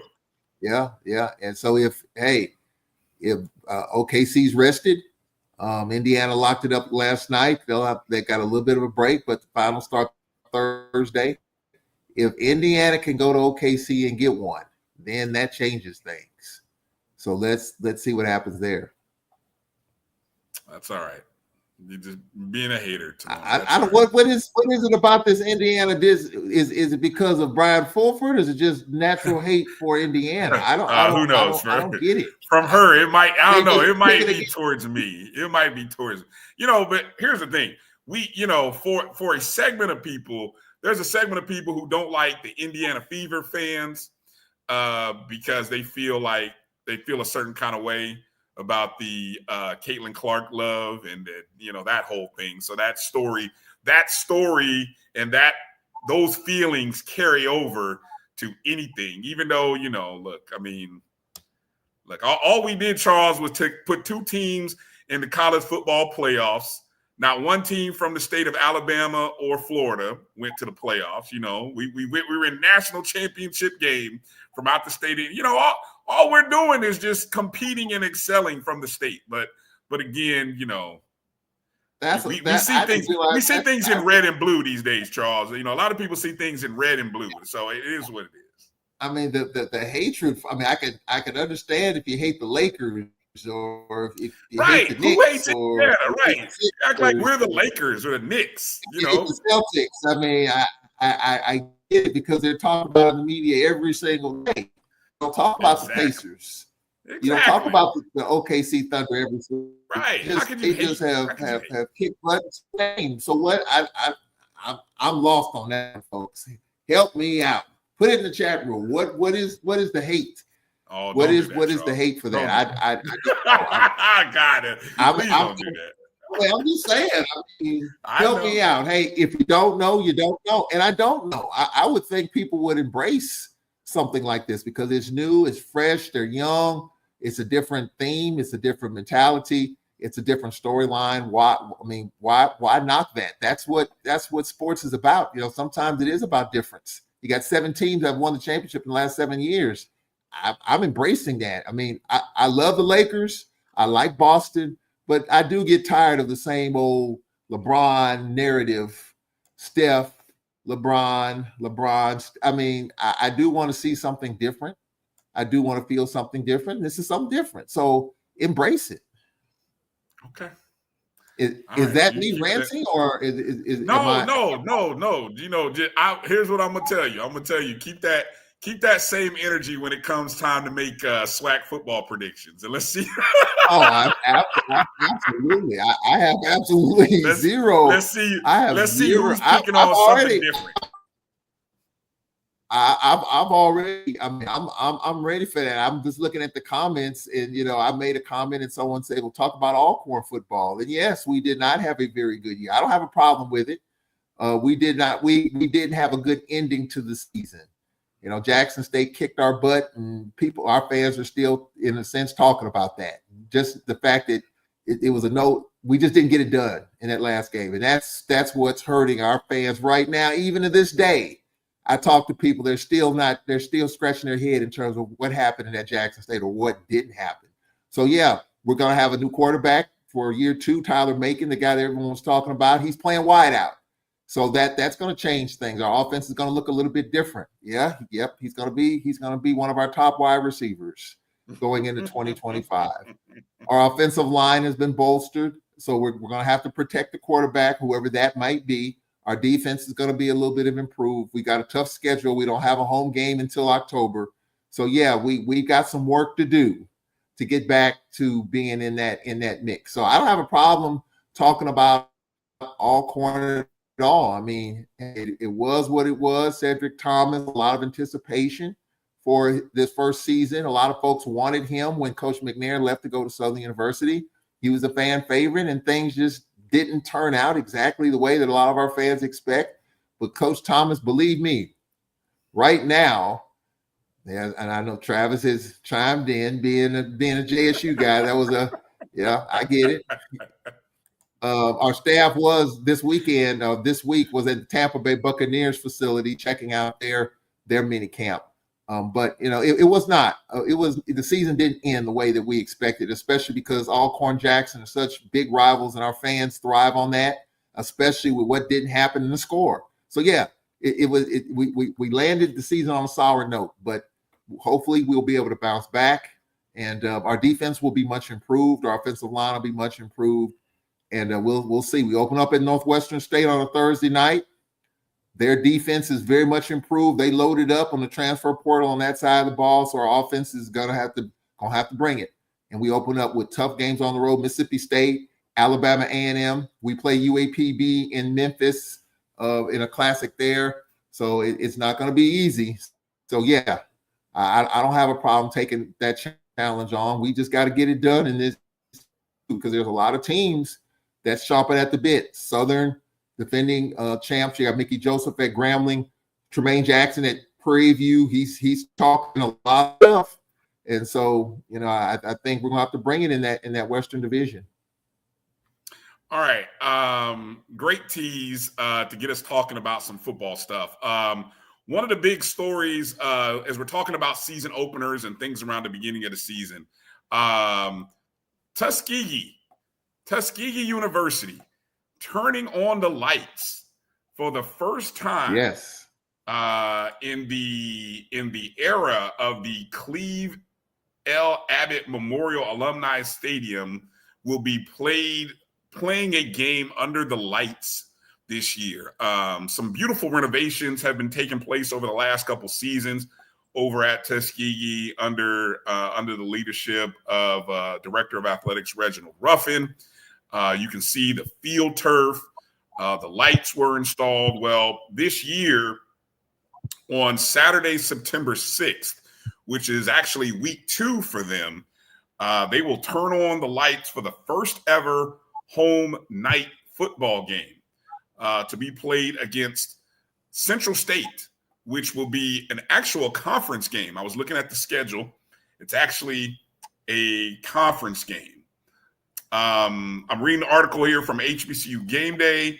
Wally Pitt, he said back in 1926, legendary Tuskegee coach Cleve Abbott, yes, the man the stadium is named after, first proposed lighting the field for night games. It was an audacious idea at a time when electricity itself wasn't a guarantee on Southern campuses. Now, nearly a century later, Abbott's vision finally beams to life. That's some beautiful, that's a beautiful paragraph there, Wally. Nice job. Thanks to a partnership with Alabama Power, new lighting has been installed at the historic 10,000-seat stadium, setting the stage for a game that means more than just football. It's a symbol of progress, perseverance, and pride for one of the most storied programs in HBCU history. So that'll be interesting. Of course, the renowned Shed. Have you ever been to a football game at Tuskegee, Charles? No, I have not, Brian. And that's one of, that was one of my bucket list places to go. Bethune-Cookman, FAMU, when they joined the league, I hadn't been there until I got there. And Tuskegee is a place that I've heard a lot about. Got a lot of friends have graduated from there. And I look at their homecoming and just the atmosphere. They're bouncing in the stands and dancing in the stands. And now they got lights to add to that. Man, that's going to be an electric atmosphere the first night game there. It's going to be on television, I believe. It's going to be picked up. I thought I read that. I might not have. Is it going to be on television or it's going to be streamed somewhere? I'm really looking forward to seeing that. Did I read that? A lot of you know what? I don't have that on here. Of course, the SIC recently started their SIC network. So a lot of football games, the games that don't end up being part of their ESPN Plus / HBCU Go deal end up on the SIC network, which is modeled very similarly after the CIAA network, for those of you who are familiar. So there's no other, and I don't even think I have a game time. I'm looking at their site.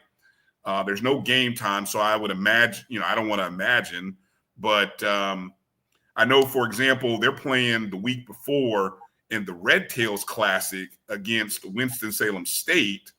That game will be played in the Crampton Bowl in Montgomery on ESPNU.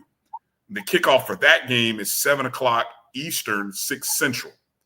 So I would kind of imagine, Charles, that if they're playing a night game, that you're probably playing a kickoff that would look like maybe 6 o'clock local time, which would be 7 Eastern. That's my estimation. I'm sure they'll come out. If it's a night game, you got to obviously, sunset. Got to play it sometime in the evening. I can't imagine you would play it later than that. Maybe they started at 7, maybe, but so yeah. All the video that I have seen of game day at Tuskegee has been off the charts, whether it's homecoming or other games. Oh, yeah. I mean, that's just that picture right there with the lights. I think that first night game is going to be something special to check out. Just got to get there and be a part of something special. Congratulations to Tuskegee on that too, by the way. And somebody asked, where is the shed in this picture? So this is an aerial shot. So if you're looking at the northern side of the stadium there towards the top, the red that covers a part of this bleachers, that is the top side of the infamous shed, or the world famous or renowned, whatever word you want to use, shed. So that, of course, this is an aerial view. So that would be what covers the shed, where that essentially is where your students are sitting and the band is over there. And so when you see those visuals from a field level, that's what you're seeing. Of course, on the right side of that picture where you see Golden Tigers, and to the right of that is the newly created athletic field house, which again, another one of those renovations that AD Ruffin has undertaken over the last 3 to 4 years since he's been there. So it started with the field house renovations, and then the field turf. Yes, I can attest. I've been to Tuskegee for a homecoming, and when they tell you that there's 30,000 people, I think the number's higher than that. There's a lot of folks that show up in that little small town, Charles, for homecoming. That's all I'm gonna say. Yeah. And I know there was some violence that took place this past homecoming, but usually it's a nice environment. It's a beautiful place. Yeah. To go and watch a game and to just be a part of that atmosphere. So yes, if it's on that bucket list there, Charles, you definitely got to find a way to get there for that contest. So congratulations to Tuskegee. All right, man, go ahead. What I love, I mean, I'm looking at some of the comments, and this is probably another topic for another day in terms of Tuskegee, maybe. Moving up, and I mean, because they're making improvements. Oh, don't do that! Don't start that. I don't, but it just makes sense location wise. I'm not missing a whole bunch in that conversation. That's a whole nother topic for another day. But don't do it. I'm just saying. I mean, I would love to see that. You're right up the road from Montgomery. You're kind of in that SWAC footprint. I mean, I know there's a lot that has to happen for it to happen, but it makes you think about it. I mean, you can't help but think about, man, what if? But what if? And yes, it is a 10,000 seat stadium. And when I tell you that so you may say, where did they get 30,000? So trust me, if you've never been, there is a hill that sits to the left of that. If you can see on the left side, you see that TU. There is trust me when I tell you that there is a hill, and they somehow get 30,000 people out there. Yeah, maybe even more. So I mean, there's a lot of people, a lot of standing room sitting on the hill.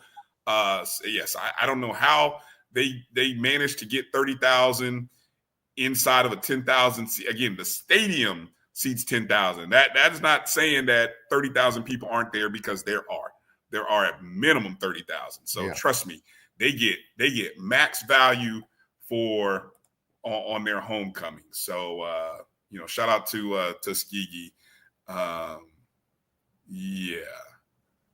Okay.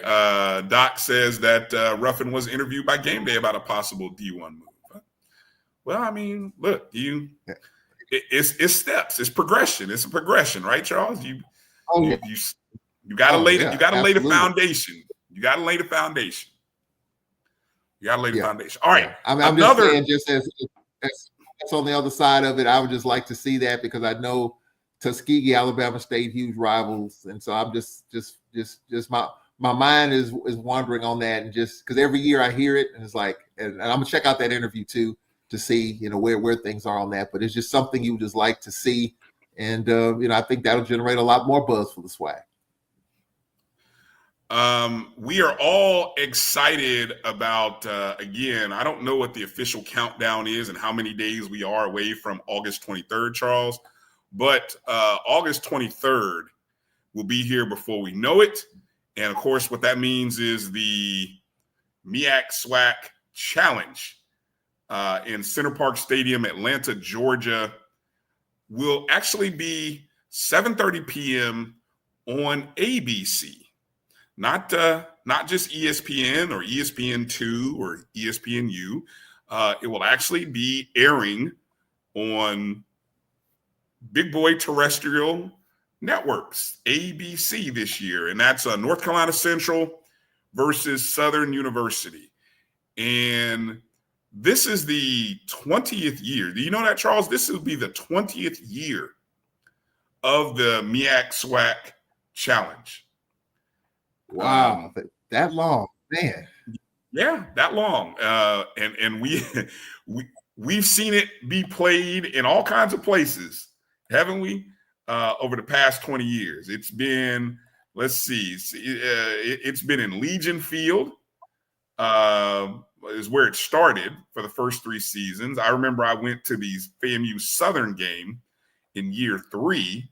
Bethune-Cookman Allcorn. Was it Allcorn Bethune? I think we were. I think we played in the MEAC SWAC.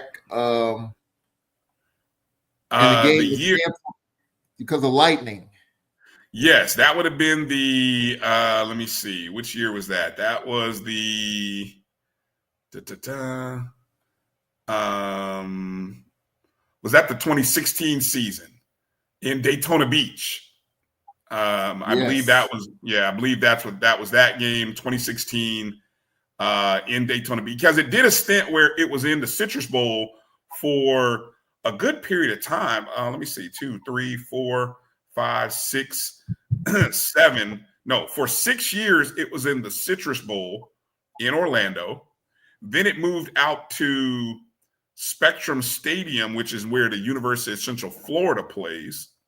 Then it moved back to the Citrus Bowl. So it did about an 8 years run in Orlando, which might surprise some people. I know it surprises me when you think about it. And then we also had, wasn't it a run too in which the plan was to have it 1 year at the home of a SWAC school and 1 year at the home of a MEAC. So the MEAC hosted it 1 year, SWAC another year. I think that was 2016 and 17, because that would have been the year when it went to Municipal Stadium, which is host for Bethune-Cookman. And then the following year in 2017, it went to Mumford for Southern. Right. For Southern hosted it. And then 2018 is when it moved to its now permanent location, or well, we hope permanent, or at least that's where it's been since 2018, Center Parc Stadium, which, is home for the Georgia State University, formerly where the Braves used to play back in the day, for those who remember, Olympic Stadium before they moved out way up north. And so this is year number, 1, 2, 3, 4, 5. This is year number 7 in this particular location. A couple of interesting notes about this game. Southern unbeaten, 3-0 in games played in this particular in the MEAC SWAC Challenge. They won in 2017. Most recently, 14-8 over South Carolina State. 2010, they won 37-27 over Dale State. And then, of course, I mentioned the 2007 game, 33-27 over FAMU.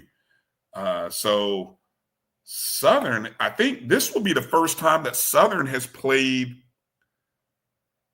in Atlanta. So Southern will be the first school, Charles, to have played in every stop.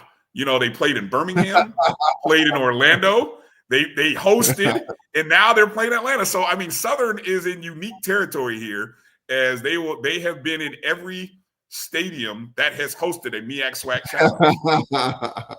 Absolutely. I just stumbled across that little fact. Yeah, that is a pretty good nugget. I didn't know that as well.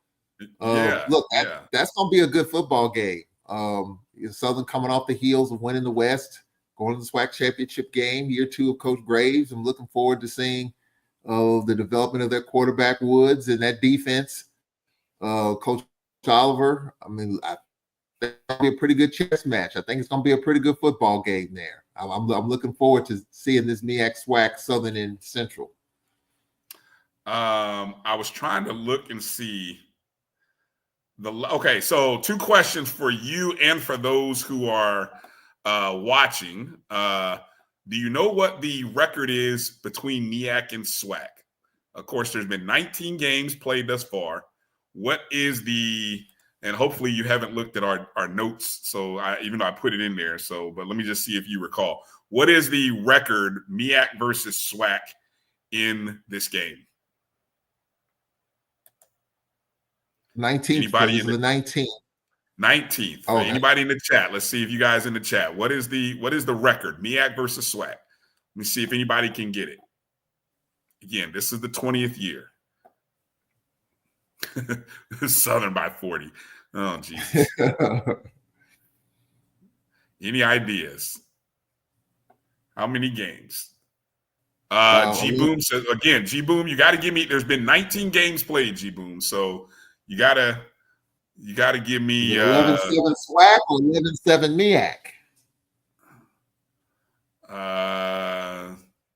It is Eric Edwin says 12-7.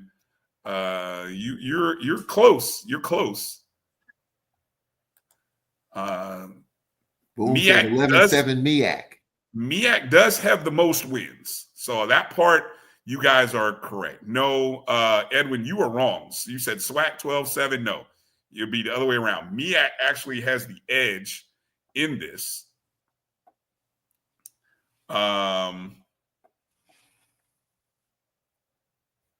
Any guesses? So 19 games.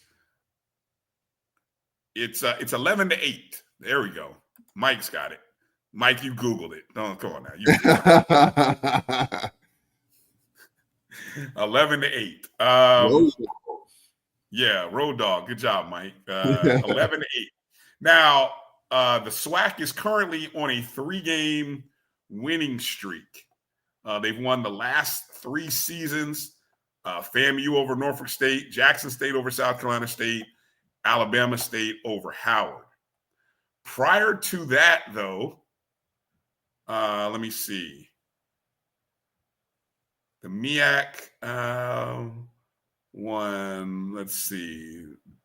Well, I thought there was a stretch there. There was a stretch where the MEAC had won how many in a row? 5 or 6 in a row? Yeah, the MEAC, there was a stretch where the MEAC had won 5 in a row. And actually had won, let's see, maybe 9 of the first 12. That's how this started, where they won 9 of the first 12, where the MEAC won 9 of the first 12. And then there was a couple of years there where Allcorn and Southern had won. There was actually a 3-year period where Allcorn, Southern, Prairie View won. Then we gave a couple back to the MEAC. No, you see that? I said we, now that I'm in the MEAC and the SWAC. You caught that. I don't know if you caught that. So this is year 20. So future games, just in case you wondered who's on the docket in the future, because they have not only this game, but the next 2 seasons already in place. In 2026, it will be Howard Bison and Alabama A&M Bulldogs. And then in 2027, you will have South Carolina State and Alabama State. I don't know I'm trying to see who hasn't played in this game. Is everybody in the SWAC? Even Valley has played in this game. Pine Bluff has played in this game. Yeah, I think everybody from the conference has played in this game. Yeah. I don't know. I'm trying to see. Last time Delaware State played in the game was back in 2010. So that would be the longest probably departure from any school. Of course, the MEAC having smaller numbers. Yeah. Yes, COVID year is not part of. So I see G Boom said 2020 was a COVID year. No. So if the COVID year had happened, last year would have been the 20th year. But because it did not happen, this is technically the 20th game. So the 11-8 record does not include the year of COVID. So just in case, so just to kind of let people know that. And I think I've got a little video presentation, Charles, that I think I can show here for this game. So watch this. All fans, HBCU football is back in the ATL with the Cricket MEAC SWAC Challenge Kickoff. Representing the MEAC, North Carolina Central, and representing the SWAC, Southern Eagles, Jaguars, the Marching Sound Machine, the Human Jukebox. The kickoff trophy is up for grabs, and bragging rights are on the line. The rivalry is real. Bring the family and join us pre-game for the fun-filled Coca-Cola fan experience, including band jamborees, food, activations, and fellowship. For tickets and information, visit MEACSWACTalents.com. All right, there you go. So again, I'm looking forward to that. I think it's going to be a good game. I mean, even the next, I see the comments about Alabama A&M and Howard. I mean, Sam Shade. I mean, don't sleep on that. I mean, I think that Alabama A&M will be much improved, and so I'm looking forward to next year's MEAC SWAC Challenge as well. I mean, I think the matchups are really good, intriguing. You have programs on the rise, so I'm kind of looking forward to it. All right. There's another game that sort of has a MEAC SWAC rivalry to it, but that one's going to take place down in my state here, Charles, down in South Florida, as tickets are now on sale for the 2025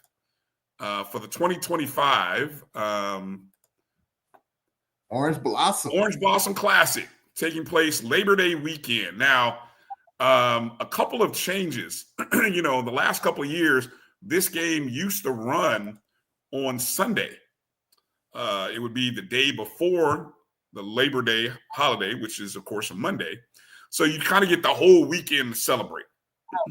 But this year, normally the University of Miami, if they had a home game, like I think one year Miami had a home game against Bethune-Cookman, matter of fact, but they played that game on a Saturday, like at noon or 1 o'clock or something.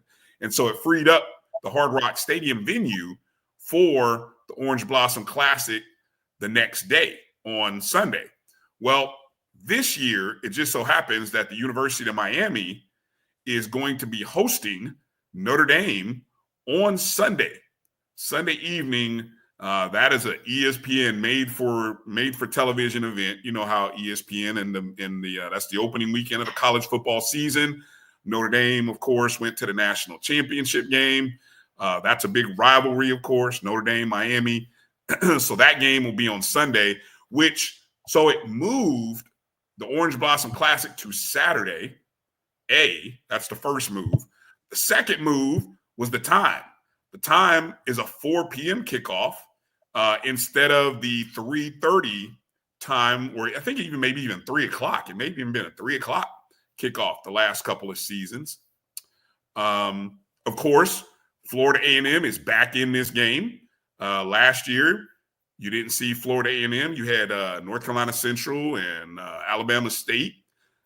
So, those of you who wanted to make a big deal about attendance, that probably won't be, that'll look different this year, as Florida A&M, who's always been a part of the Orange Blossom Classic, will be there. Howard University will be there. Hopefully Howard fans will travel down to see this game. We'd like for them to be a part of the festivities. And then I think the other note here is that the game will be on ESPNU, which is still terrestrial. In previous years, I think the game had been on ESPN or ESPN2. So what's your thoughts on this showdown? A rematch of the 2023 Celebration Bowl. Yeah, I think that's going to be a good one as well. I'm glad to see Florida A&M back in that orange blossom. You know, Allcorn was mentioned in one of these games, I think a year ago. We were approached about it. Things didn't work out to where we could be in the game. Just the logistics and all the other little stuff didn't work out. But you know, I mean, and I was disappointed in that one, Brian. The fact that I was ready to go. I was ready to come down to South Beach. I was already worked out and I was buff and ready to go, but it didn't happen. So I was very disappointed. Why would you turn down a trip to South Beach? Why indeed? Why? That was my thing. But nonetheless, there is some talk about us maybe coming back to Miami. That's just something I can say that we are in discussions perhaps of coming back down there in the next couple of years. So just keep an eye on that. But I like this matchup. I mean, and I'm glad to see Florida A&M back in the orange blossom. And I hope it's going to be a good crowd there, and it should be really fun down near Miami. Well, Florida A&M has committed, to my understanding, to being a part of this game for the next 5 years. So this will be year one of the 5-year deal. So if, as you say, Allcorn is in negotiations, then that would be interesting because that would probably be, well, it's one of two things. It would either be one of those non-conference conference games, or it'll be like what we had the first 3 years in which FAMU and Jackson State played in this game, which was a actual conference game. So, you know, I don't know, Charles, you probably are more familiar with the future scheduling and when Allcorn and FAMU are scheduled to be back in rotation again. Yeah. We're coming to Florida A&M for your homecoming in 25. Mm-hmm. Allcorn is going to host Florida A&M at Spinks in 26. Okay. There was some discussion about having, this was last year around this time, of playing Florida A&M, Allcorn, and Mobile for 2 years to cut down on travel expenses. So instead of us coming to Tallahassee, we would come to Mobile, and instead of Florida A&M coming to Lorman, they would come to Mobile. That didn't work out, so it's home and home. And I can't remember the last time FAMU came to Allcorn. So that, I mean, I think that's going to be a nostalgic day next in 2026. So it would line up with Florida A&M and Allcorn potentially in 27 being in Miami. So you can kind of see how that could possibly happen. It does bring up the interesting discussion, Charles, about what would you, because obviously for something like that to happen, you would have to give away a home game. Potentially, right? And, those kind of discussions always seem to happen. I mean, we talk about it in various chat groups about, if you were able to move a home game to a neutral site, so to speak. I mean, there's a lot of factors that go into that, whether it be your promoters. Do you have a promoter that wants you? Are they paying you? I mean, because when you're the host school, you can kind of dictate what you want to have happen to that game, right? And the question then becomes from the finances. Do the finances make sense for you, to move a home game or to lose a home game? Because there is economic benefits to hosting. Right? I'm sure there's economic benefits to hosting a game in Lorman. And the pros and cons of giving up one of those home games to go play, for example, in Mobile is what? And I'm sure it brings a lot of people because obviously season ticket holders and all those other factors, local community, you got to make, being able to move has to make financial sense, right? On some level. Yes. Right. Right. And I think, so there's been two cases right now involving Allcorn in moving games. One home game last year, as you mentioned, the Alabama State game, playing it in Mobile. That was our home game. And so you look at the potential crowd that would have come to Spinks as compared to what you're getting for playing in Mobile, dealing with the folks down in Mobile for the Port City. We saw an advantage there. Now, some of our fans don't particularly like it. It doesn't matter if you're playing the Sisters of the Poor at Jack Spinks Marino Castrum Stadium. They want to come to Jack Spinks Marino Castrum Stadium as compared to going to Mobile, where it's a little bit more of a cost. And so that's one example. The other example, we're supposed to play UAPB in Pine Bluff. That game is now in Memphis. Now, that was more so UAPB's doing, more so their home game. Yeah, that was their home game. And so there was a guarantee involved there, and the final piece was to bringing our band, and so our band will be in Memphis, so there's an extra cost there, whereas maybe our band would come to Pine Bluff or not, but I believe our band is coming to Memphis now that that game is a part of the Classic. It is an interesting This is the decision. Southern Heritage Classic, right? This is the Southern Heritage Classic? Southern, yeah, correct, yeah. Okay. I drew a blank. Southern Heritage Classic, correct. Okay. And so I was told that there's a possibility it may be a 2-year deal there, where we're playing them 2 straight years in 25 and 26. That's the little scuttlebutt that I'm hearing, but as of now, it's on for 25. We'll see if it works out to where we're playing in 26, which would be our home game, taking our home game to Memphis. Again, that generates a lot of discussion amongst our fan base in terms of that, because they love to come to Spinks. They want to tailgate and have a good time on campus. But again, when you're getting a guarantee, does that outweigh what you would potentially make playing at home? And of course, we know Allcorn UAPB is not a big rival. Hate to say it, but that's just the reality, and that just that factors the attendance into it. It shouldn't, but that's a conversation that has to be had when you have these type of things. So. And even this week, I think Mississippi Valley and Florida A&M are supposed to play in Atlanta, if I'm not mistaken. Well, you transitioned to exactly where I was going to go as we were talking on this subject. I was surprised to see that. I mean, but again, I can these conversations confirm. Yeah. I was saying I can confirm that. The October 4th game, where Florida A&M was scheduled to travel to Itta-Bena, Mississippi, to play Mississippi Valley State, has been moved. By all accounts, it's been moved to Atlanta, Georgia, presumably in the Mercedes-Benz Stadium.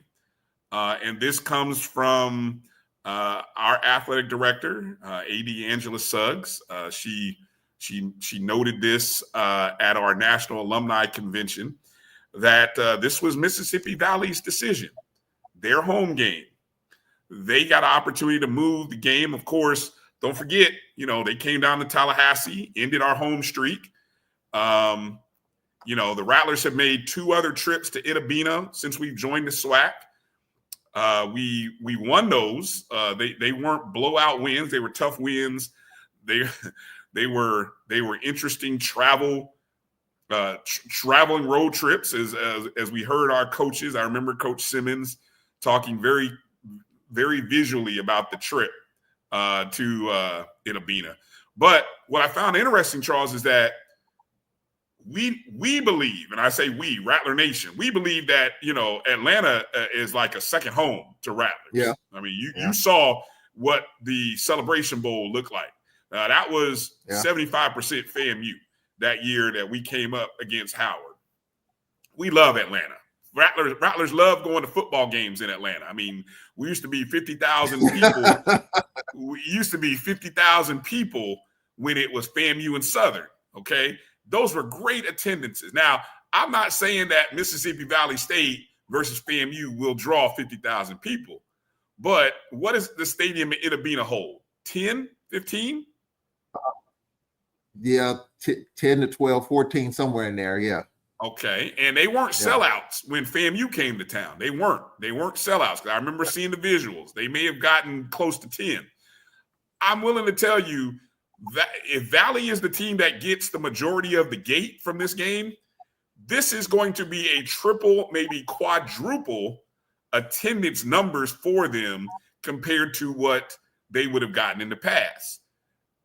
Now, what they're sacrificing, Charles, they're essentially taking a home game and giving it over to us. They're giving it over to FAMU because you know and I know there's going to be 3/4 of that crowd is going to be in orange and green, regardless of whether the Marching 100 comes or not, which that makes for an interesting decision for the travel considerations of the Marching 100. But what do you think about the strategy by Valley of taking a game away from Itabena? And as Charles Bishop told me, he said, "Hey, there's a lot of Valley alums in Atlanta. So, what do you think about that move?" I'm gonna be honest. I'm in just reading the tea leaves of Coach Buckley, and I know this is probably not his decision. If I'm Coach Buckley, I'm bringing FAMU to Itabena. You got new field turf. You got new video. Oh yeah. I mean, I'm sorry. I mean, I'm bringing them to Itabena. I mean, if you want to build something, you want to have these games at home. And yes, we're all guilty of it. Allcorn's guilty of it. Pablo's guilty of taking their home game to Memphis. We're guilty of taking our home game to Mobile. So maybe I ought to shut up.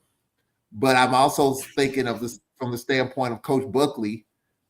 And just some of the things I've understand that he's told people that Valley's going to be something, and of course that's coach speak, it's coach game yet, but I'm just, if I had anything to do with it, if it was my call, I would have that game at Rice-Totten Stadium. I mean, that's a big Eastern Division game in October, right? The game's in October? First weekend of October, October 4th. That's a huge time of the year.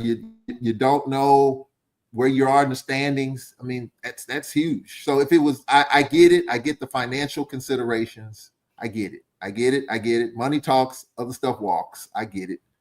But I would want the Rattler Nation to come to Rice-Totten Stadium, stay in Greenwood, Greenville, Grenada, eat at Larry's Fish House, all you can eat catfish, all that. I mean, that's just me. And when I got the text about it, I was really surprised.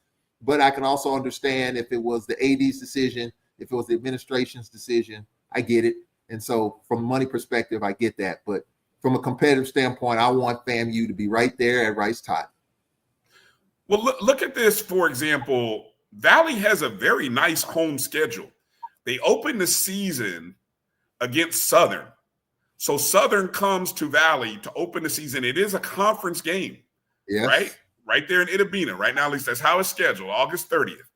Yeah. Then September 27th, they host Texas Southern. Okay. Yeah. Now that would have been a non-conference game, according to their schedule.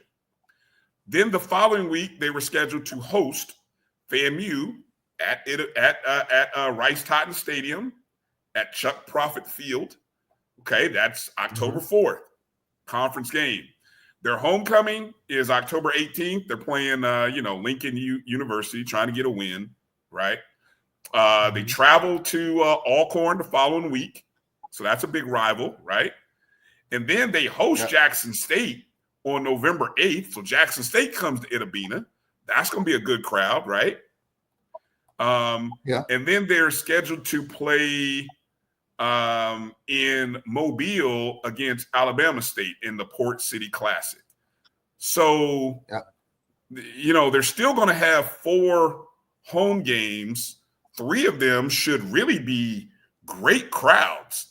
But I see what you're saying. That 5th, you're giving away one of those. You're taking away that one. So it leaves you with 4 home games.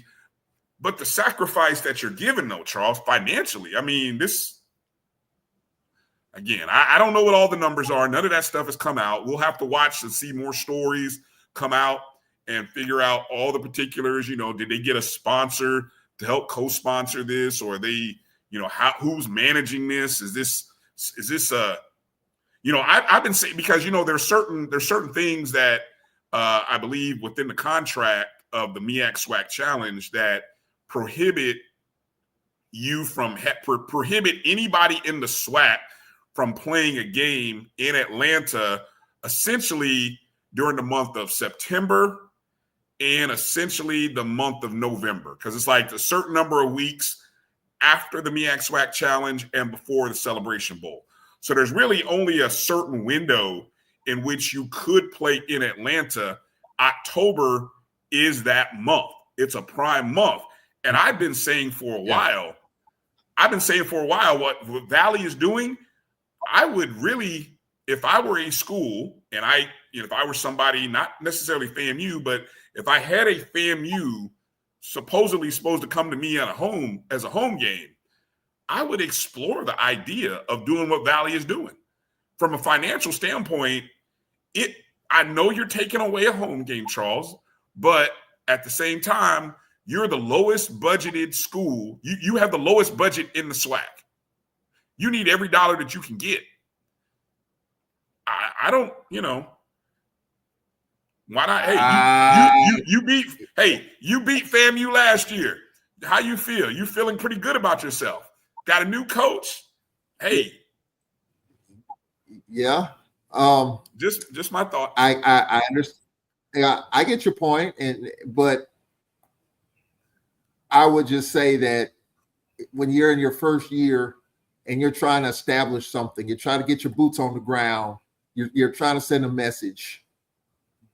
Play these games at home. Now, I think we need to hold up and see what the financials look like.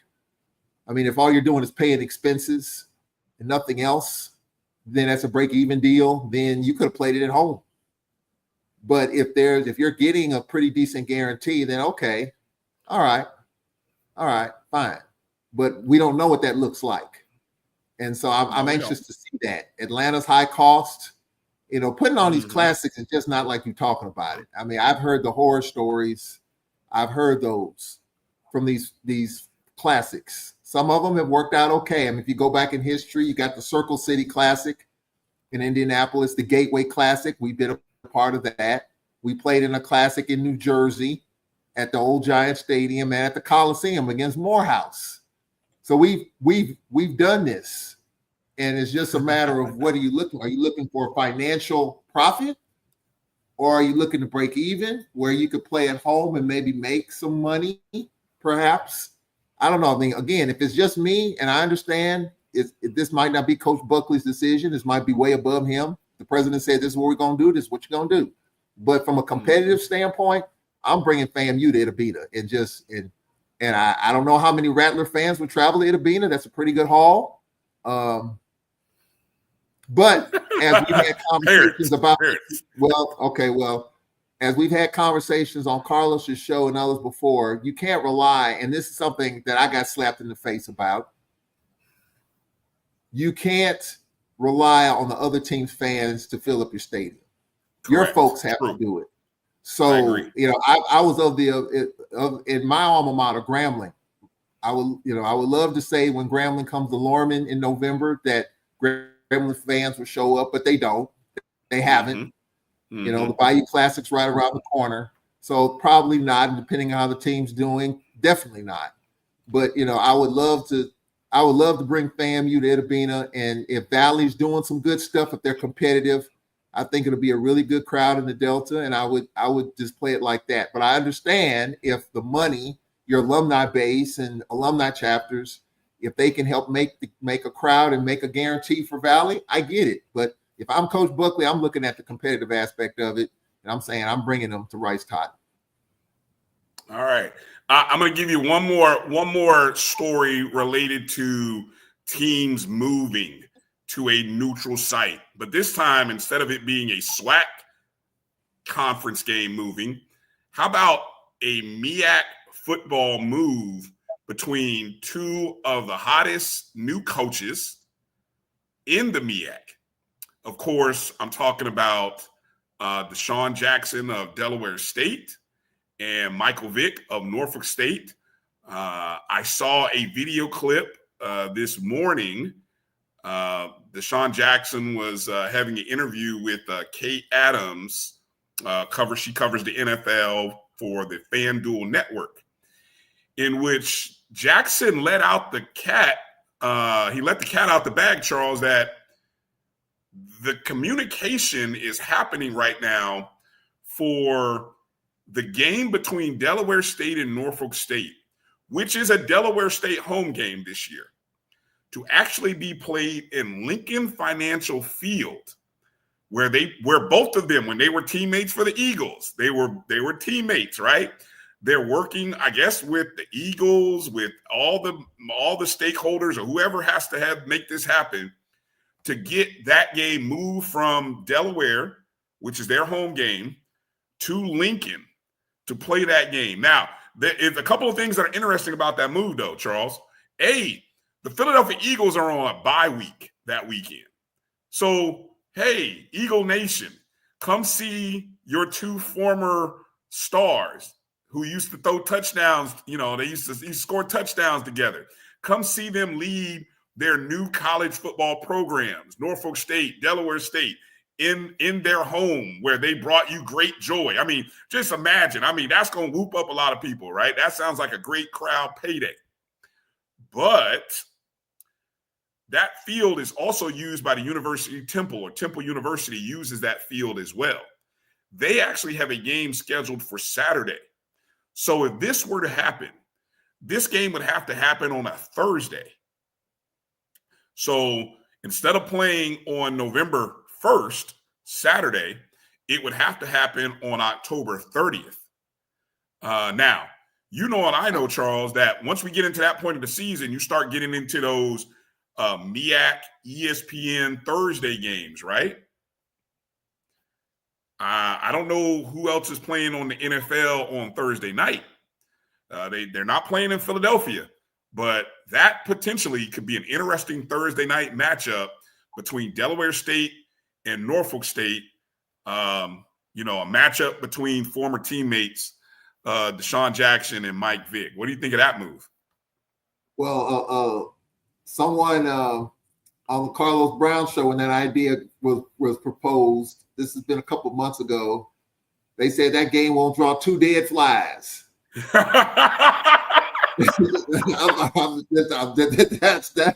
That's the quote. Who said that? Oh, come on. All right, I'll tell you. Wheeler Brown said it. Wheeler Brown. We discussed that, and it was so obviously it was in the hopper then. It looks like it's going to be more of a reality now. I have absolutely no problems with that at all. Mike Vick, Norfolk State, Deshaun Jackson. I mean, we could talk about those hires. They obviously, it's been good for both programs, just the level of excitement, the level of coverage. I have no problems with it at all. If the Philadelphia Eagles, if Jeffrey Lurie is, or however way the sponsorships go, if that thing works out to where they get something out of that and get the media attention, I think it's worth it. I think that's a case in which if you get the right backing, the Eagles and other big organizations in the Philadelphia area back it, you take that. And so I think that I have absolutely no problems with it. The Thursday night thing, we talked about it in our conference where Thursday night SWAC football don't work, hasn't worked. Don't know if it will work. But in this case, because of the coaches, Deshaun Jackson and Mike Vick, it might halfway work. And if there's some dollars tied behind it, if there's guaranteed dollars, and if there's some TV behind it, then let's go. I think you roll the dice and you take that chance. Well, I think it'll be interesting. I don't know what and maybe I'm saying this because I don't know the MEAC dynamic of the other side of the tracks in terms of how they support. I mean, I know Norfolk's been down. I know Delaware's been down. You got two celebrity coaches there. There's excitement there. I'm reading about it all the time. I mean, so for those who are on the East Coast, maybe they can chime in and give their thoughts on if a game like that is something they would support. I think it's about the coaches. This year, it's all about Mike Vick and Deshaun Jackson. It's not necessarily about Norfolk State and Delaware State. Now, at some point, they're going to have to coach and win some games. It's going to be about the team. But this year, in my opinion, it's going to be about those two individuals, and whatever they can come together or work individually to help elevate their programs, I think they'll do it. And this is the way to do it. Yeah, I think it's a fascinating proposal, to say the least. And I think like you said, I think the Thursday night challenge, because at first I was really excited about the prospects of this. And then it hit me that I said, they aren't the only ones who use Lincoln Financial Field. So that's when I looked and said, oh, damn, Temple has already got a game against, I think they play East Carolina on that day. And if I'm not mistaken, I don't think Lincoln Financial is a field turf. I think they use real grass. So yes, it's not like you could, I don't think you could play like 2 games in a day out there on that field. If it were field turf, you might be able to get away with it. But yeah, it's challenging. But I don't know what Delaware Stadium. Delaware Stadium is not Delaware State doesn't play in a very attractive stadium. It is what it is. But I don't know. Thursday night football. It'll be interesting, Charles. I think, I think more than 2 dead flies will show up. I'm going to say about maybe a half a dead fly. Well, I'm just saying, when I read about the concept, I'm like that. I'm not surprised. Because you got Deshaun Jackson playing for the Eagles, like Vick did, get Jeffrey Lurie involved and other folks involved. It makes sense.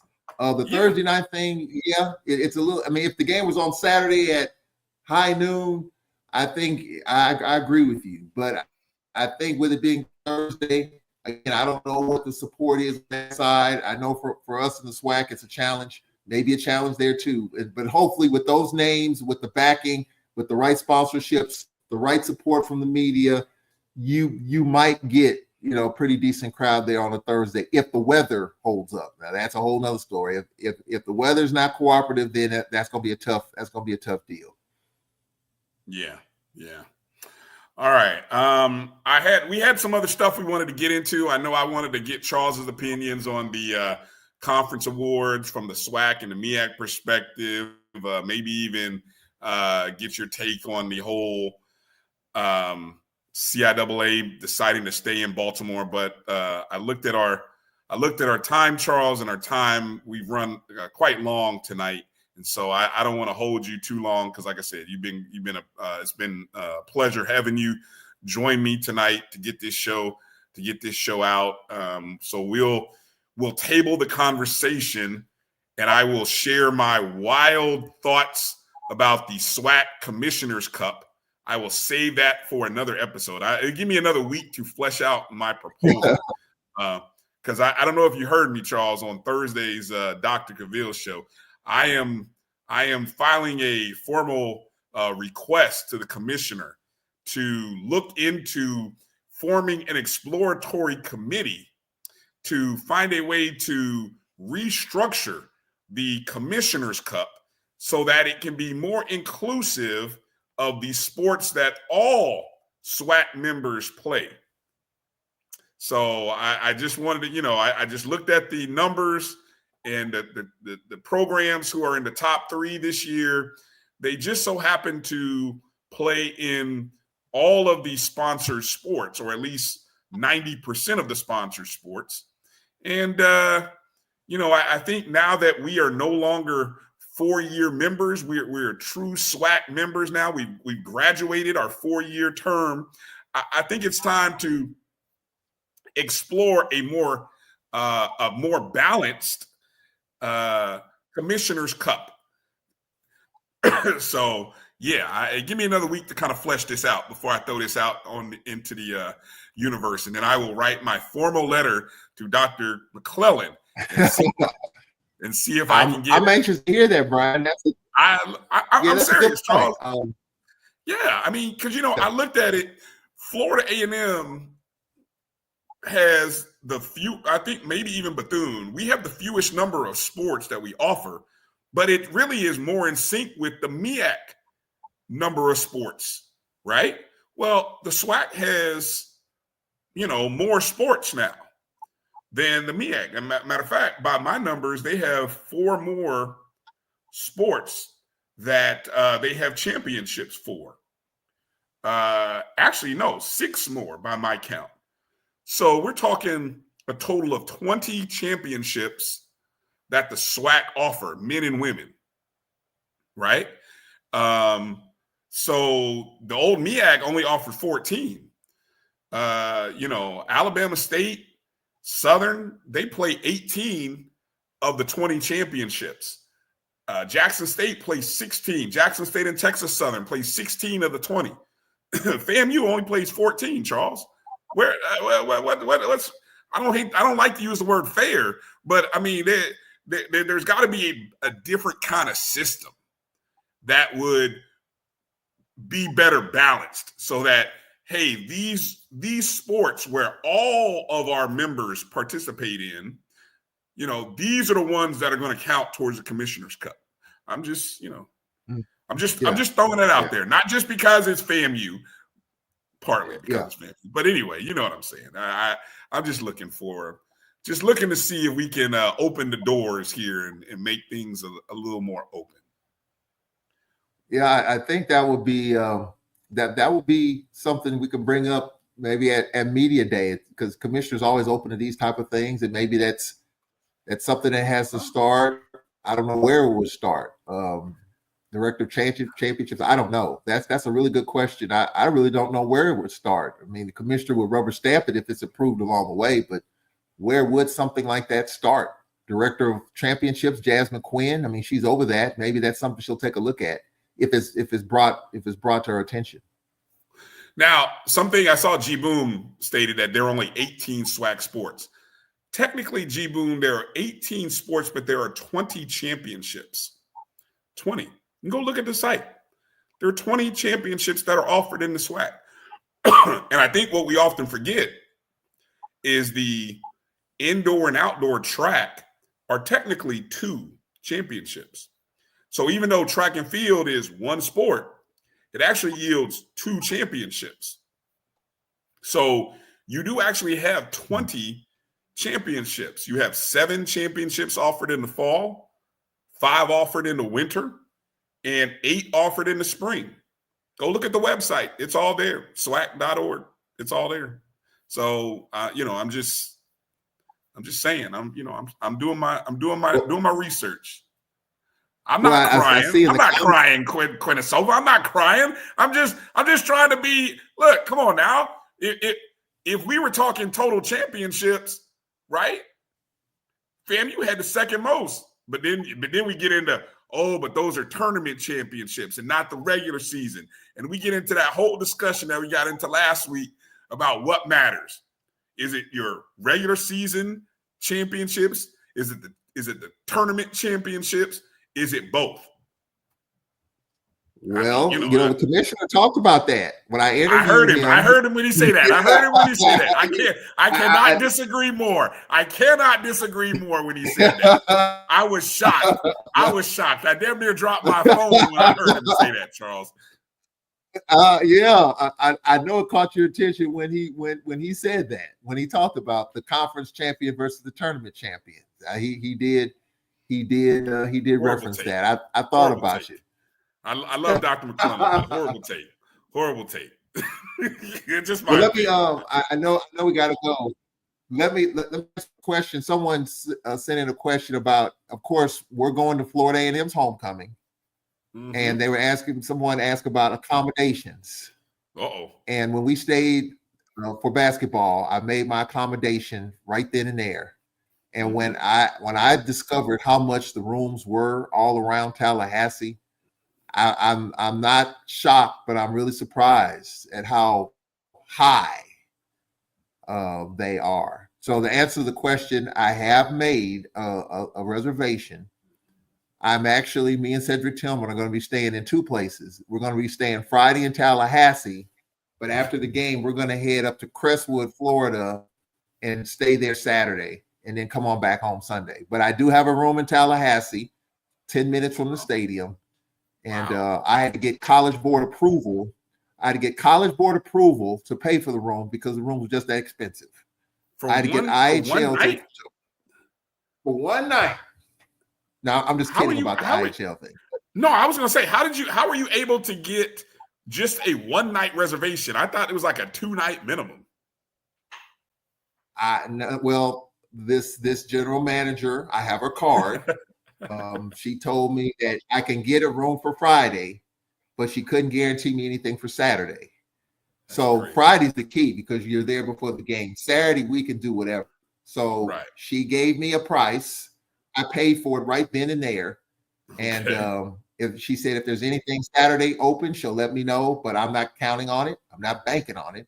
So I do have something for Friday, which is the most important thing. But I stayed in two different hotels when we went for basketball, and just the amount of the rooms are blocked way in advance. Yes, in advance. Yes. I didn't know that.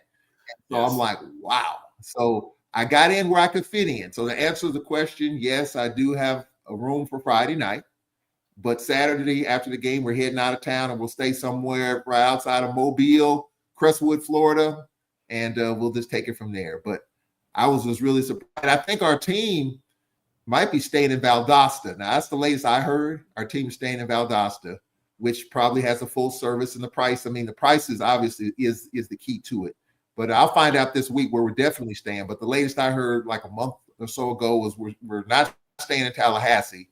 We're staying in Valdosta, but that might change. I don't know. But it's interesting. I'm looking forward to going down to Florida A&M for homecoming. I'm looking forward to all the bells and whistles and all the pomp and circumstance that goes with it.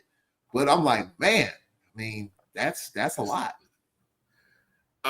It's interesting that they're staying in Valdosta, given I think Valdosta is 45 minutes or an hour away from Tallahassee versus like Bainbridge or Thomasville, Georgia, which is maybe 30 minutes away. But that again, I did hear Thomasville. Thomasville was on the list too. So Valdosta or Thomasville. I forgot that. Thomasville was also there. Again, it just depends on what kind of rates that the team is getting. So I don't know, but you have an escort, so it doesn't matter. They can stay an hour away and they can get there in no time, no problem. But for me, I just doing all of that. I've been there, done that, and it's just, there's no easy way to do it other than just bite the bullet, pay the cost. I can send a letter to the president and saying, hey, this is homecoming. The rooms are just what they are. I mean, if it gets to that point. But I made my reservation during basketball season. So my guess is if you had made your reservations now, wait until, we're in the summer. We're only a few months away from kickoff, 5 months away or whatever it is. My guess is those rooms are going to be sky high. And my guess is a lot of our fans probably aren't going to do that. They'll probably stay as far away as they can. I heard Orlando mentioned. So I don't know, but I just had to make sure I got what I needed. And just, people trying to save a buck or two. So if they're willing to drive an hour and a half or however long it is, 2 hours, I think people will do that to save a couple of dollars. Gas prices are cheap. So, you're balancing all that out. But I do have a room for Friday night. Saturday night, we'll be out of town. By the time the game's over, we heading out. Well, I would tell anybody looking to come to Tallahassee, start if you're gonna within the Tallahassee area, look into Airbnbs or Vrbo. I would tell you look Airbnbs because you could probably get a good Airbnb deal, especially if you are traveling with a group of people. If you've got maybe 3 or 4 people that you're traveling with, that's even better.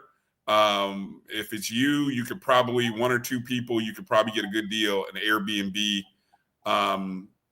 But again, if you're able to make the reservations now, do it now. because the closer you get, I'll tell you, because I remember looking a month out last year from homecoming, and there were still good prices on Airbnb. So that's why I said What's a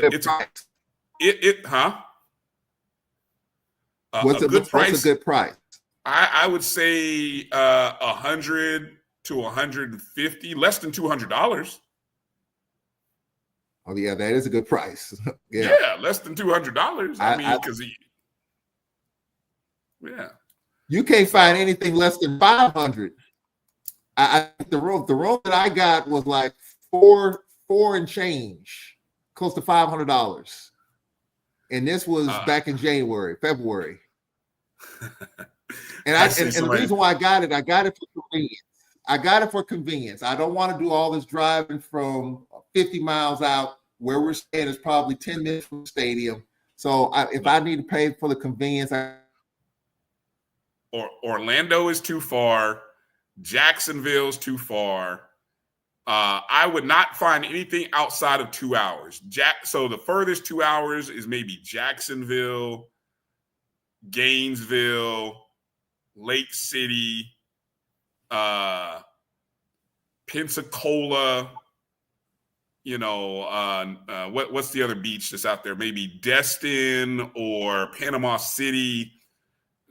Those are areas within a 2 hour of Tallahassee that, it's not a bad in and out trip, if you want to go that route. Again, I'm gonna go look it up tonight. You got me wanting to look it up and go see what it is on those Airbnbs to see what it is. So one other thing before we go, Bryan, I saw this last night, and congratulations to the Pacers. But all good things come to an end, and that was the last broadcast on TNT, and I was really saddened. TNT does it different.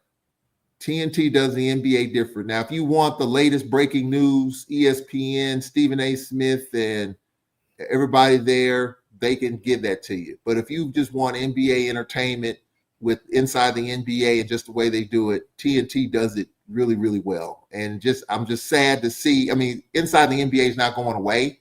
They're moving to ESPN, but it's just going to be different. It's going to probably look different. It's going to feel different, but it's really sad to see that go away from the league TNT. I was really sad. I was almost ready to cry, to be honest with you, because just Ernie Johnson was he wasn't bitter, but you could tell there was a little bit of bitterness in his final remarks. I don't think it had to happen, but the league does what they're going to do. But it was really kind of a sad moment to see the NBA leave TNT, because they do it really well from the entertainment value. Chuck, Charles, Shaq, you can't beat it. It's so unscripted. Just let it go, let it flow. And that's what people like. I hope it continues at ESPN. I hope they don't put a muzzle on them and let them be who they are. But I'm sad to see the NBA leave TNT.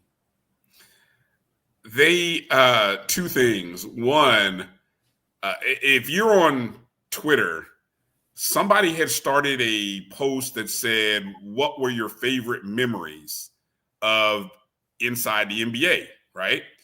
And it created and I bookmarked it because it is nothing but either replies or quotes of some of the funniest clips, segments. Like whether it be a minute, 2-3 minute.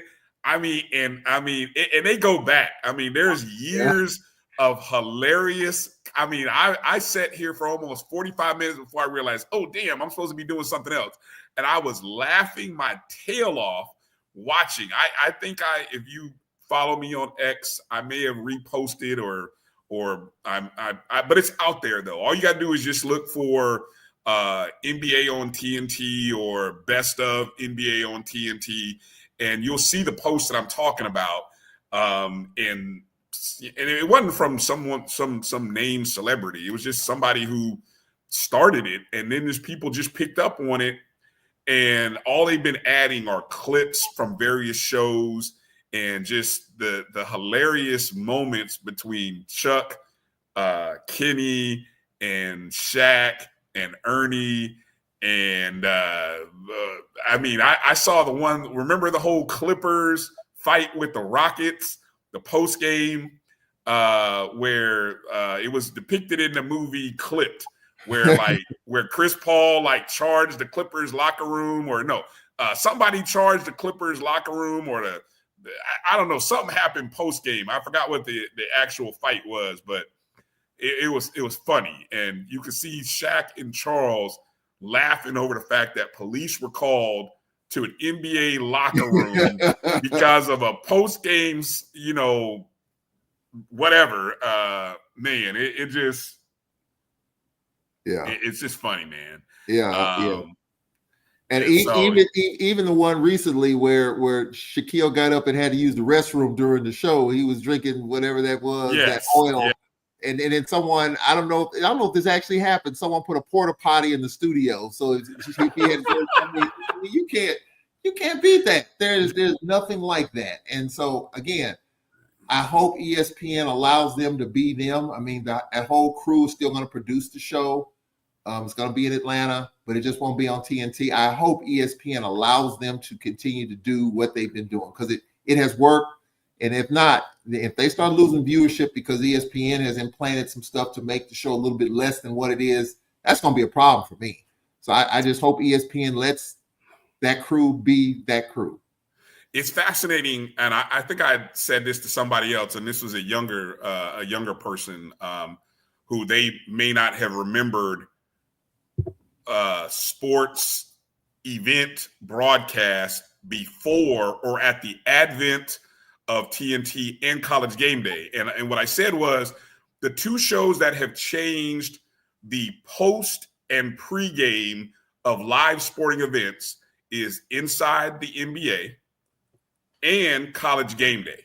Yeah. Two shows that change. I mean, everything we do now, post and pre a live sporting event, is based off of the chemistry, the production, the spontaneity, the humor, the feature, everything that those two shows have brought to a live sporting event. I mean, College Game Day is your ultimate lead-in to a sporting event, right? Or a sporting day. Yeah. Inside the NBA is your ultimate close of a sporting night. I mean, usually when a game ends, you're ready to cut the TV off and go to bed. But what do so many of us do? We would stay up and watch Inside the NBA for that extra 45 minutes or an hour, because we knew that Chuck, Kenny, Charles, and Shaq were going to give us some sort of TV gold to make us feel good as we go to bed. And, it made up for staying up and watching some ridiculous late night NBA basketball game till midnight because you got to see Inside the NBA. So I don't know. I mean, I thought, I don't know if that can ever be duplicated because it's not on TNT. I don't know. We'll find out.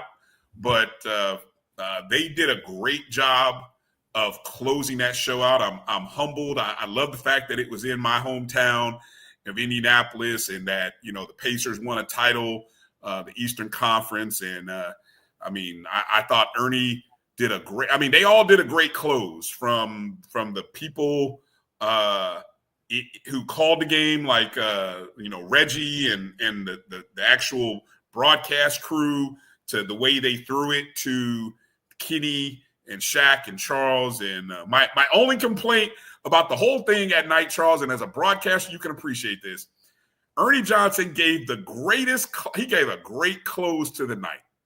It should have been the last words that were said. Yeah.